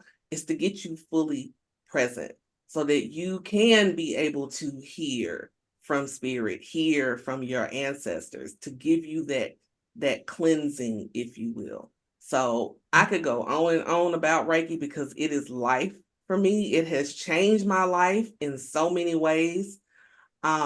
I encourage Black people to be proactive in seeking out these treatments like acupuncture and Reiki, because, you know, if we want to get a deeper connection to ourselves and to our spiritual walks, we got to clean some stuff up that's within us to be able to hear, to be able to understand, where am I going?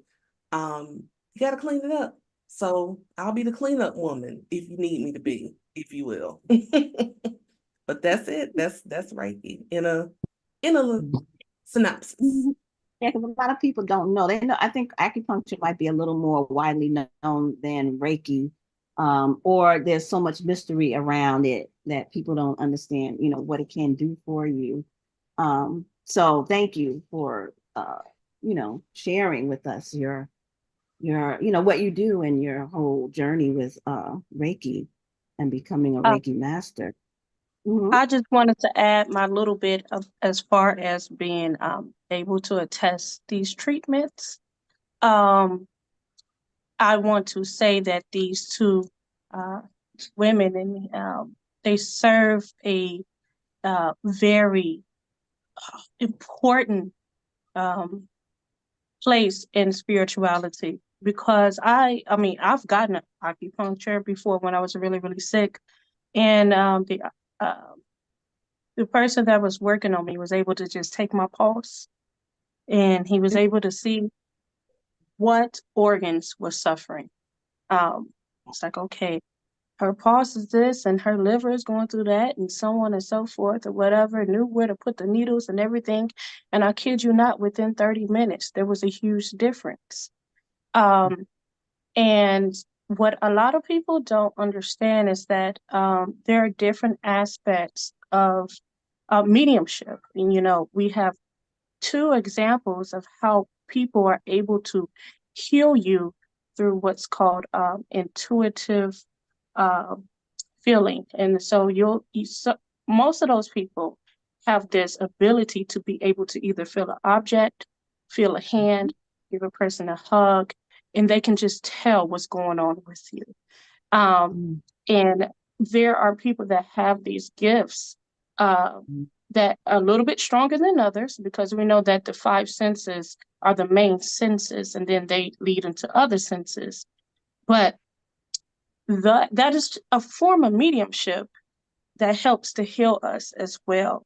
And you know, here in the US, we categorize this as alternative medicine because it is under the spiritual umbrella.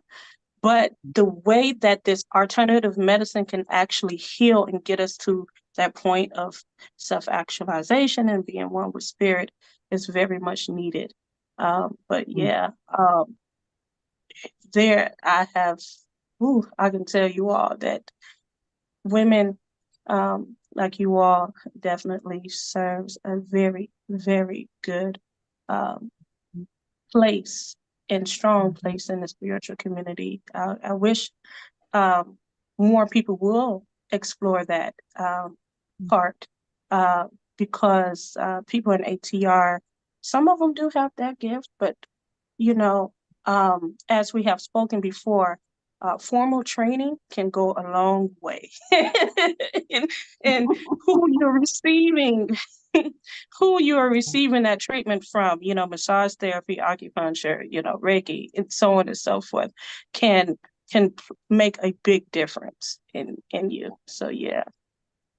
Thank you for framing that and bringing it into the fold of the completeness of the conversation we've been having here today. I'm loving it. And I'm thanking each and every one of you who have taken your time to be here today to share, because you care about, you know, people and want to see people healed and on the right path.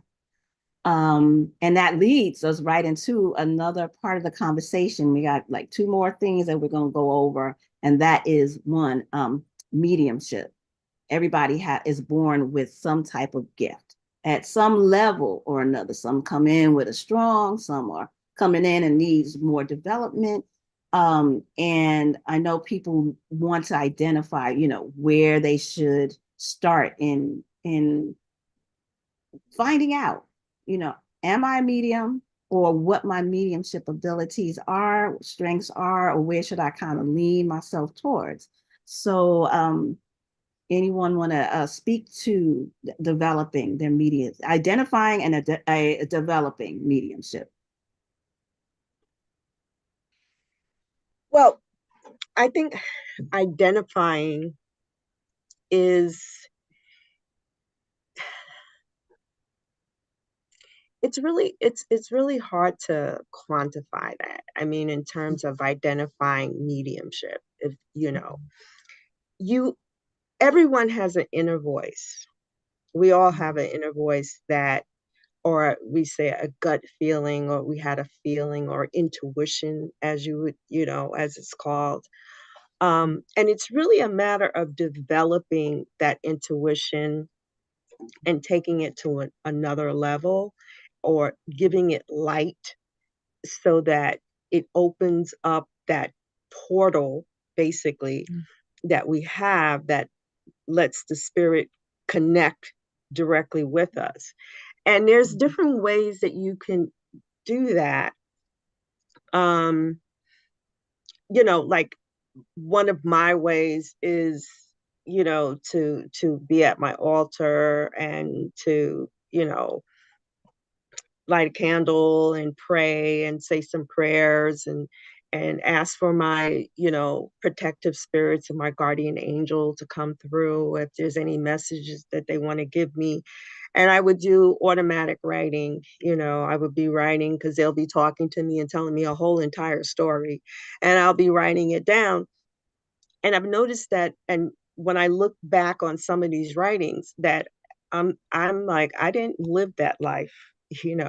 That's something else that they were trying to tell me. But I opened my mind for that to come through me, and for them to tell me who they were and what they wanted, and who I was and who I was in the past, and things like that. So developing that is one way. Another way is through tarot or oracle cards. I always suggest, whichever one resonates with you the most. Some people tarot, some people oracle cards. You can start by reading yourself, pulling a card pull a card a day, and kind of meditate on what is that message that's being given to you. Because this is all a part of development. This is all a part of developing your intuitive self. It starts with you before you can extend it to others. So those are the basics of, starting that spiritual journey. And again, prayer is is I guess as simple as it sounds, but just opening yourself up to prayer and praying, somehow that opens up the portal for some, for many. So that's just my take on it. And that was just basic 101 how to get started. Because there are other things that can be done and is a lot more intricate and a lot more detailed, but that's just a basic way.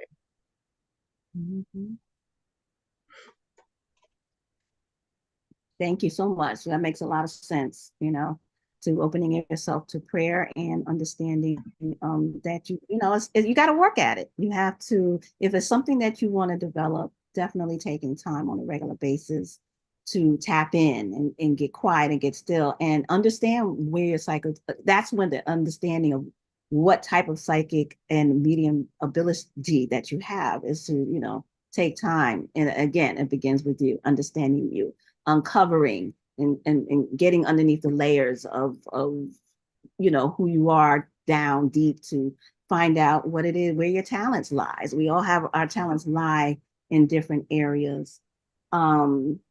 Anybody else want to weigh in on developing mediumship? When it comes to mediumship, I like to always point out that not all mediums are the same. That different mediums have different gifts.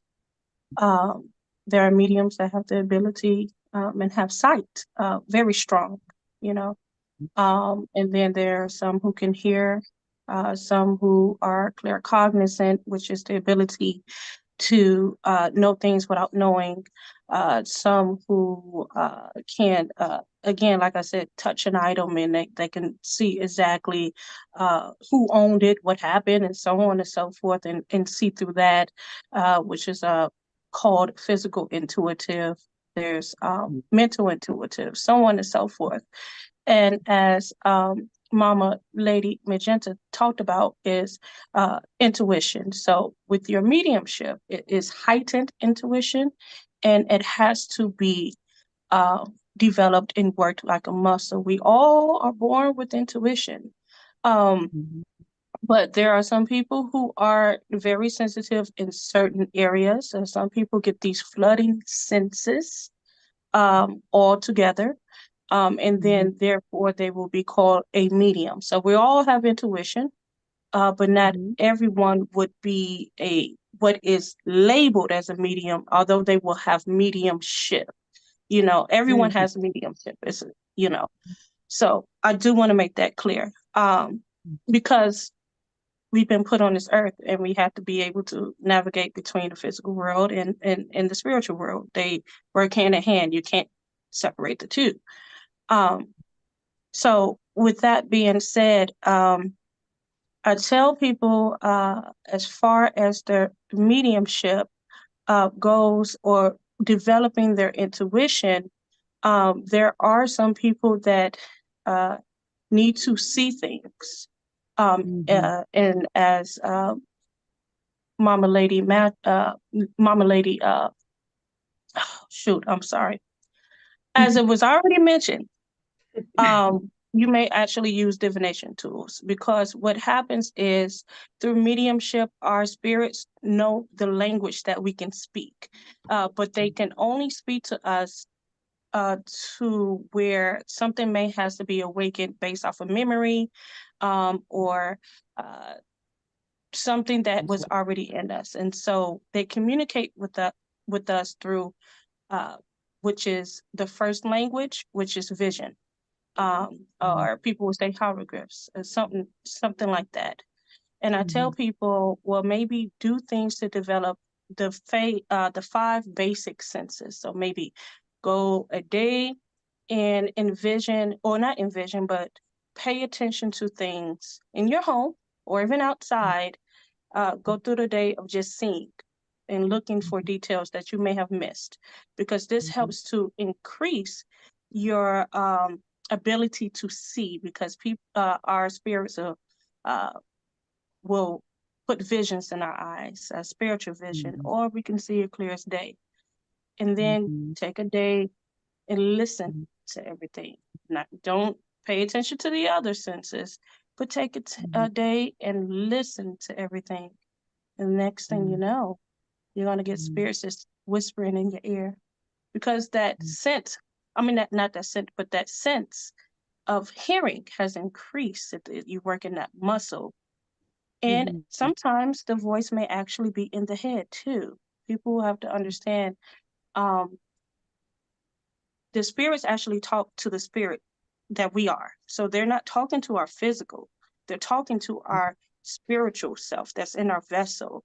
So even if we hear a spirit clear as day and it seems like it's on the outside, they're still talking to your spirit. And then take a day and develop your tasting. Pay attention to the way that things taste, what you put in your mouth. We go every day and we don't even pay attention how our spit tastes. It's just so normal. But if you go throughout the day developing that and paying attention to, oh, okay, this has this seasoning. Oh, maybe I need to brush my teeth, and so on and so forth, because this tastes a little murky. And so and usually it doesn't happen. Or, I'm drinking coffee, but since I am talking about that, I can taste the cream in the coffee more. It's more heightened. I could taste even the residual coldness of the coffee. I can taste all of that. And then go throughout the day of the scent, because spirit will put something in your nose that will make you smell something. And my family, we have strong noses, but my mother's a medium. And I'm going to give a testimony. I had a gas leak in my house and I smelled it, and no one else smelled it. My mother came over for Thanksgiving and she said, "Baby, you got a gas leak." I'm like, I know it. Because no one else can smell it but me, but I get that nose. I say all this to say, you will give your spirits a variety to communicate, some way to use the tool, which is your vessel, to communicate with you. So they may come to you through dreams, which is the gift of sight. A lot of people have the gift of sight. They have the gift of dreams. They may whisper into your ear. They may give you thoughts that aren't yours, and so on and so forth. And that could actually be coming from other people as well. So as you're doing your developing in mediumship, I can't stress enough spiritual hygiene too. It helps to keep the energies cool, grounded, because there's some people that are real strong and they get all these sensory overload. And then next thing you know, the body gets really hot and they don't even know what the heck is going on too. So make sure you take your cooling baths. Sometimes you may need a bitter bath because of the energy exchange from you're going through, because you're opening up these channels to try to mitigate any problems that you may have, you know. So yeah, that's just my little tidbit. I can keep going on and on about that. Listen, we love this arena. So yes, we could go on and on. We're 2 hours in. I don't want to take up too much more of anyone's time. I have to say that also, learn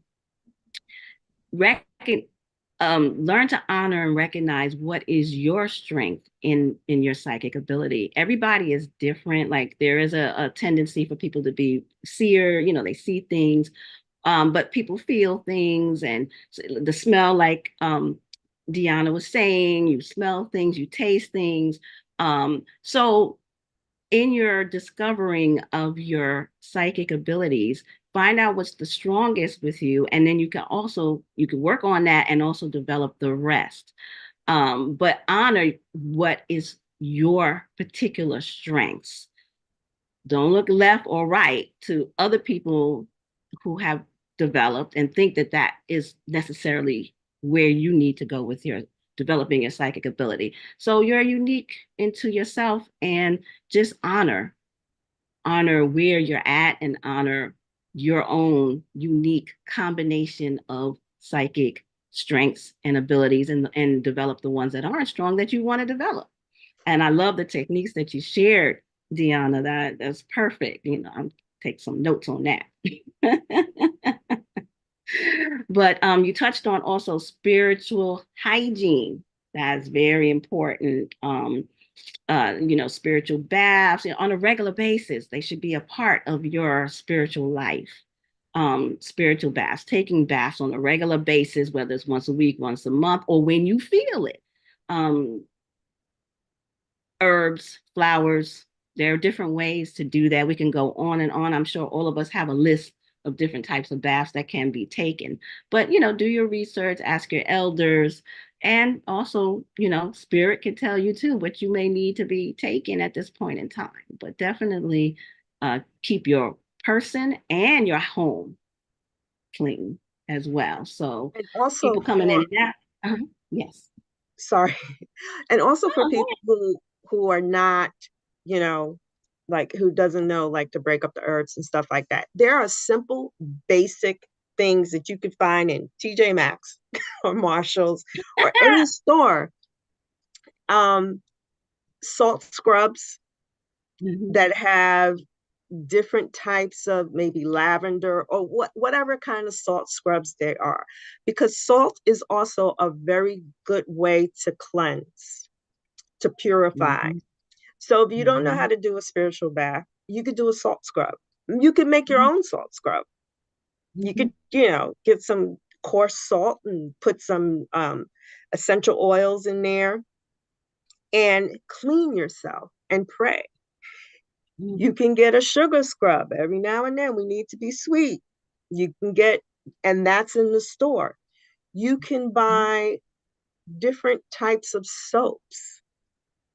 They're out there. The different kind of soaps that have, you have the charcoal soap, you have the lavender soap, you have the Nang Chomba soap, you have Florida water soap. So these are all very basic things that you can do to clean yourself. Taking it another step further, you can clean yourself with a roll, with a piece of bread. You throw it. You can clean yourself with an egg, make a prayer, throw it outside, or break it. Those are simple things that you could do in addition to taking spiritual baths. It's not complicated, and it's for somebody who is just starting on this journey. It's not something where you need a whole recipe to try to follow. You could do something. These are all very simple things that you can do that can help you clean yourself. You could keep, what I used to do at my job, I used to keep a bowl of candy there because I knew everybody was going to eat it. I'm going to have to clean myself. Keep it sweet. Keep everybody sweet. Right. They always come to my desk for the candy. Yeah, come. But keep candy. You could clean yourself with candy, and you could clean yourself with basically just about anything. And you add a little prayer on it, and it activates it even empowers it even more than what it is alone.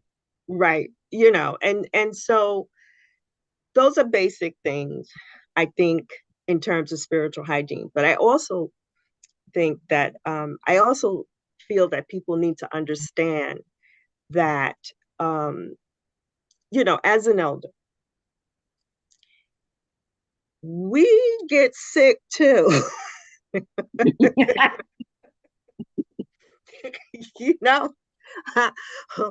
We break down also. Sometimes we need a hug. And so as much as we can, as much as we know how to clean ourselves and to take care of ourselves, sometimes a lot of our energy that we have given out, we need to just sit down and just don't deal with anybody or anything. And just shut it off, and then replenish yourself. And that's the key. You have to replenish yourself. You have to take, like you work 5 days a week and you have 2 days off on the weekend, you relax. And that's the same thing as being a spiritual worker. And I think that's also a part of spiritual hygiene too, is taking care of yourself. Because if you can't take care of yourself, you can't take care of anybody. You can't, and those are my parting words. That makes sense. A lot of sense. Sometimes just time out is the recipe or what's needed most.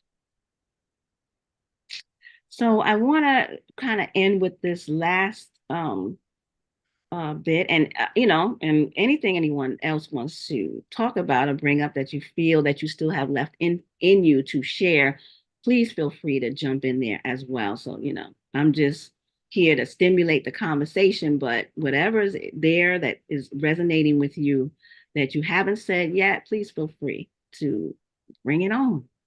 But I did want to talk about spiritual sovereignty. When I say that, I mean keeping your spiritual power and yourself keeping it to you in control of that yourself, because a lot of times when people enter into the spiritual arena, they're ready to give up their power to gurus, to people who have these titles, or to elders, or to people, priests and priestesses, and because they're seeking and they want to know and they want to learn. Now there's a difference between being a good student to your elders and being respectful, but then sometimes the cross the line into giving up your power and your ability to decide and just being told. And I just wanted to say that is very, very important when you do this spiritual walk, because I can speak from experience. I've been down the road of giving up my spiritual power, but it wasn't long before I was like, I see where this is going. And I had to take a step back and then say, okay, I have to really direct from my connection to my inner self and my higher self and my ancestors, and move forward with that kind of strength and stability, and always use discernment to figure out, if I'm going down that path, or following, certain things that another person is doing. So I just want to kind of start that discussion. Does anybody want to, kind of jump in there and add to that? Well, I'll say this because it kind of goes back to the spiritual hygiene, though. It's first of all, in this whole process, like we keep saying, it's about you. So you have to learn how to honor your own energy, right?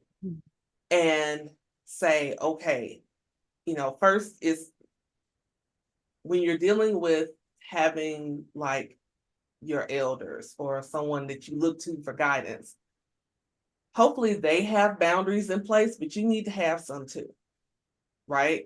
You have to have your own boundaries in place. And you need to make it known what that is, right? And being able to speak up, which for a lot of people, it's hard to do that because we have to learn how to use our voice. And so many of us have had trauma around our voice being taken from us. But once you begin to develop, and it goes back to energy, it goes back to you taking care of yourself. What this whole conversation has been about is honoring yourself with self-care, honoring yourself with, I'm putting up this healthy boundary. I'm going to use my voice and speak my truth. If what this person is saying and doing is not in alignment with who I am, and I can feel that in my body, I need to be able to draw the line and say, nope, I can't go down this route. I can't go there with you because it doesn't feel right for me, or however you stated. But having those clear boundaries for yourself and for whomever you're working with, I tell my clients all the time, listen, I want you to be comfortable with what we're doing. And if anything that I say or do doesn't make you comfortable, you need to let that be known. I'm putting that boundary up, and I want you to put a boundary up with me. And it doesn't mean I want you to shut your energy off to where I can't do my job. But it just means I just want you to not be afraid to say, hey, I don't like that. Or no, that doesn't feel in alignment with me. No, that's not what I'm asking of you, etc. So I think having those healthy, strong boundaries, understanding that it is okay for you to use your voice, that you're able to speak your truth and be honest with yourself.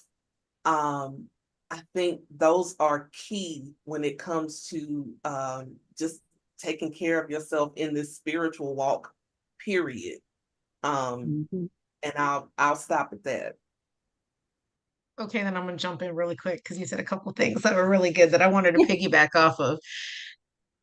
One, with your elders, like as you're discovering who you want to work with, even if you find somebody you click with, you are not to just give yourself away to them and just say, oh, you're here, here's all my crap, bye. And now I'm entitled to all your time and attention, right? Like, that's the thing. Like, I've watched it, and I catch myself, even because it is about your own thing. I mean, what people I think fail to realize is when you're developing your spiritual self and wanting to walk this path, it is not, yes, I call, it is a two-way street, not just with boundaries, but what you put in to your godparents or any other elders, they will give back as well. You cannot demand the time. There's multiple people going, it goes both ways. That, like, we know we got to sleep, we got to eat something that they have to take care of themselves. And just because you have not worked on your own wounds does not mean you need to vomit it and project it on to your elder. They can help you work through it, but there is a way to say, hey, I'm really struggling with X, Y, and Z, or fill in the blank, and know that they're not everything. You have multiple modalities to, go to therapy, talk to friends, make sure you're not just throwing everything out there and then just be like, okay, bye. I just, like, emotionally vomited, energetically vomited. I mean, we all know when somebody vomits in public, the person who vomited feels better, but now everybody else has to deal with it. So make sure that, like, before you're not entitled to take everybody else's time because you're going, we know we all have sensitivities. There are moments we can show up for each other and be in that space, but you have to do the work. You cannot expect that an elder is going to come in and it's going to fix all the mommy wounds or all the daddy wounds or everything else. It is your choice to engage. It is your choice to get to peel away that onion layer and figure out what you want to do with it. It is not their responsibility to fix you or clean up your mess. And to jump in there, also, I think sometimes, and I had somebody who she was on a spiritual journey, but there was some mental issues. And sometimes I think people can confuse spiritual journey and mental issues. And so she's, explaining to me, like, I'm hearing these voices and this, that, and the other, and people's energy. But, she's like, I think somebody, and she always felt like somebody was doing something to her. It was like this paranoia. And so I told her, I'm like, listen, you need to get help. You need to see a therapist, because the things that you are experiencing and the things that you are telling me, those kind of things don't happen on a spiritual journey. I mean, they won't have you feeling paranoid. There's some kind of, you have an elation when you are connecting with your spiritual guides. You don't feel paranoid and feel like everybody's out to get you. That's the opposite effect. Right. And so she got really, she got upset with me. She blocked me. And, and then she came back maybe a couple months after that. And she's like, oh, I'm really sorry I did that, but I'm ready. And I'm like, I'm sorry. I can't help you. I'm first of all, I'm not going to let you disrespect me and my egos by when I tried to give you an advice, which means that if I tell you something again, or if I try to give you another advice and you don't like it, then you're going to block me. See, I can't operate like that. And so with that, sometimes, again, you have to set those boundaries in terms of what I can do and what I won't do. Okay. And what I'm not able to do. I'm not a licensed therapist, so I can't incorporate that into my spiritual practice. And if that's something that you need, we could work together if you're willing to get that other help. But again, it's on you. You know, it's on you. But you definitely have to create boundaries. You definitely have to have people meet you halfway. You know, they have to understand, like, you know, they can call you, and they have to also understand about your time. I may not be able to get back to you right away. You know, I may not be able to I may not see your email, you know, because I have a job, I have a life. And, you know, that's not to say that I can't be there for you if you need me. But we got to understand the dynamics of our relationship and take it from there. Yes, that makes a lot of sense, because respecting that your mentors or your spiritual elders, you know, that there should be a respectful boundary to their time and their energy. And you're not the only person that they're helping. That's number one. And number two, they do have a whole life. So I know some people that set certain hours, and they just, that's it. They're not working outside of those hours with people.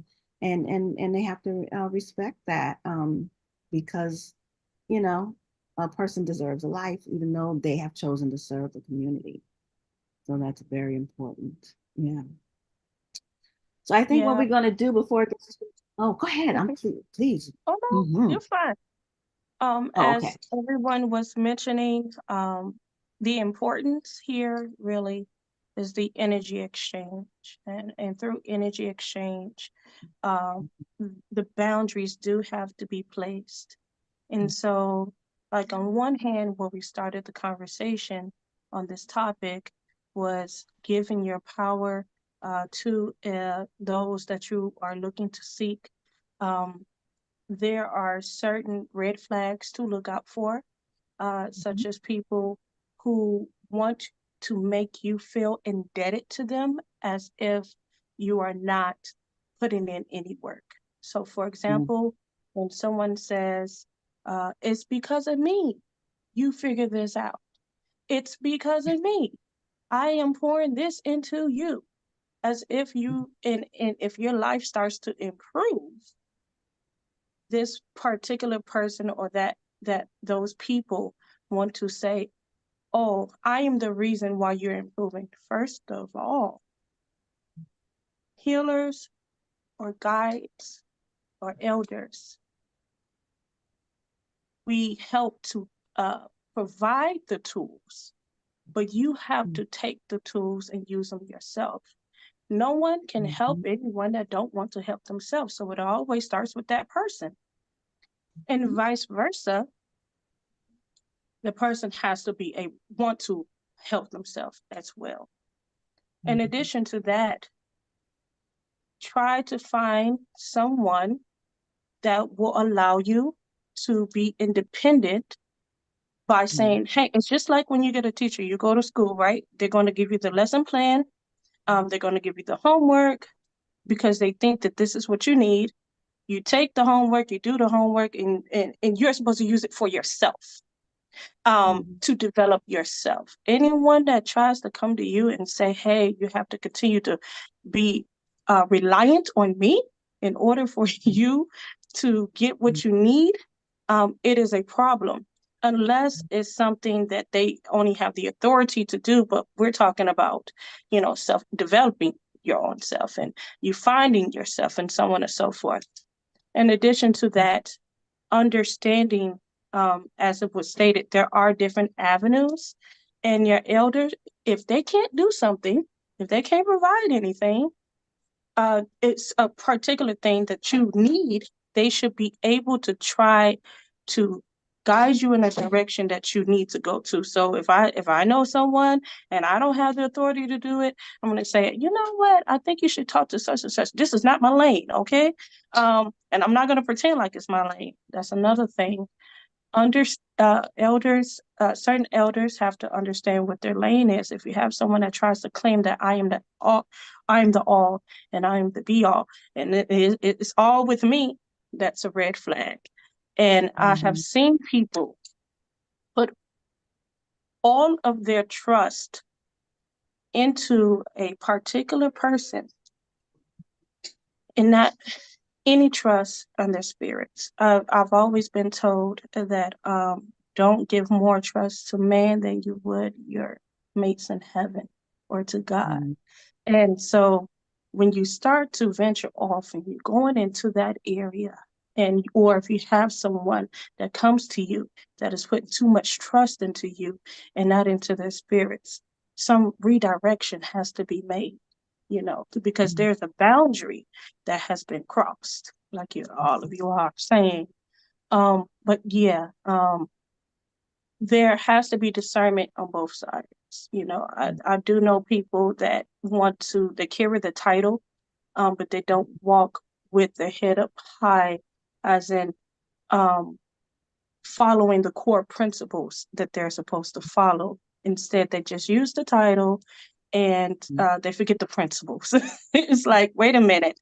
We're not in this to manipulate now, because that it's draining someone's energy, So yeah, like you all are saying, it goes both ways. Mm-hmm.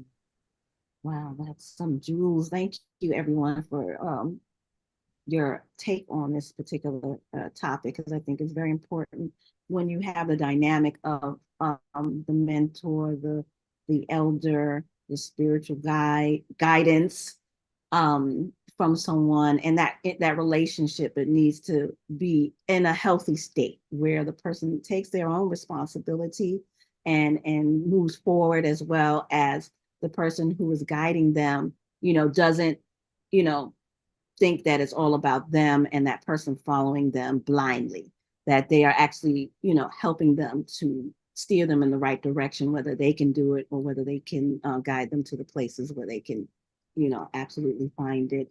And, also not thinking that your spiritual elder is, the answer to just dump it on them. Like Danielle said, I agree with that too. You don't just drop it in their laps and be like, help me. This is this. So thank you for, that take on it, everyone. So I think we need to wrap up so everybody can get back to their lives and everything after pouring all of themselves into this topic today.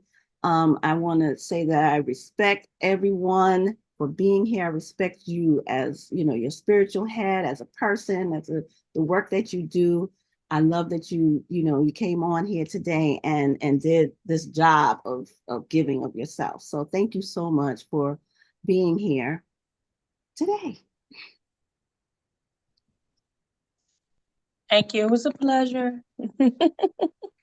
As always, it's a pleasure. Always. So anybody, final words, prayer, whatever, something quick, I don't want to keep you on here too long. If you have anything, great. If you don't, that's okay too.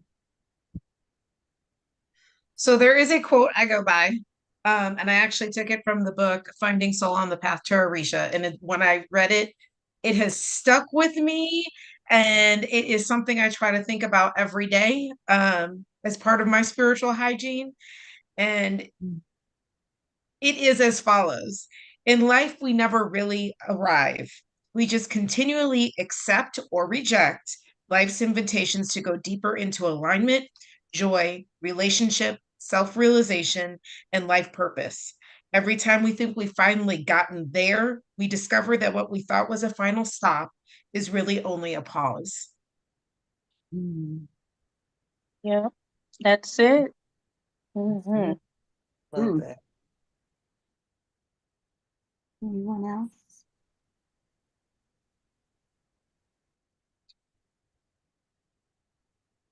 Nope. Well, in that case, I will say a final word of, thank you, everyone. I hope that those of you who have stayed with us today, have been empowered and have been nurtured in some way, shape, or form.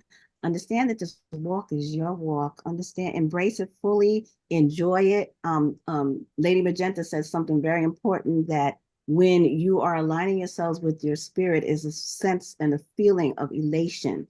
And that if it's not in that vein, then you need to kind of redirect in some kind of way. So we hope that you have been nurtured in a way that you can get something and move forward in your lives, your spiritual lives. We'll probably do some more lives down the road, you know, to talk about specific topics next time. But we wanted to all in all just, you know, give a general talk about, you know, guidance on the spiritual path. So I hope this has been helpful.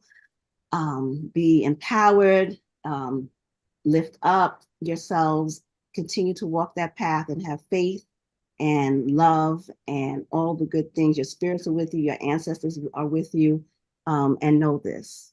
So thank you everyone for being here today. You're welcome. So we're gonna Thank sign. Thank Anybody else you. have a final word, or are you good? Good. All right. We're good. Good. All right. Thank you, everybody. All right. Take care. Until next time. Until next time. Till next time.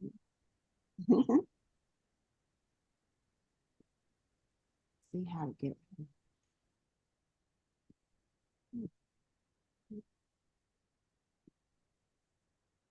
Hopefully this will put us back in the Zoom.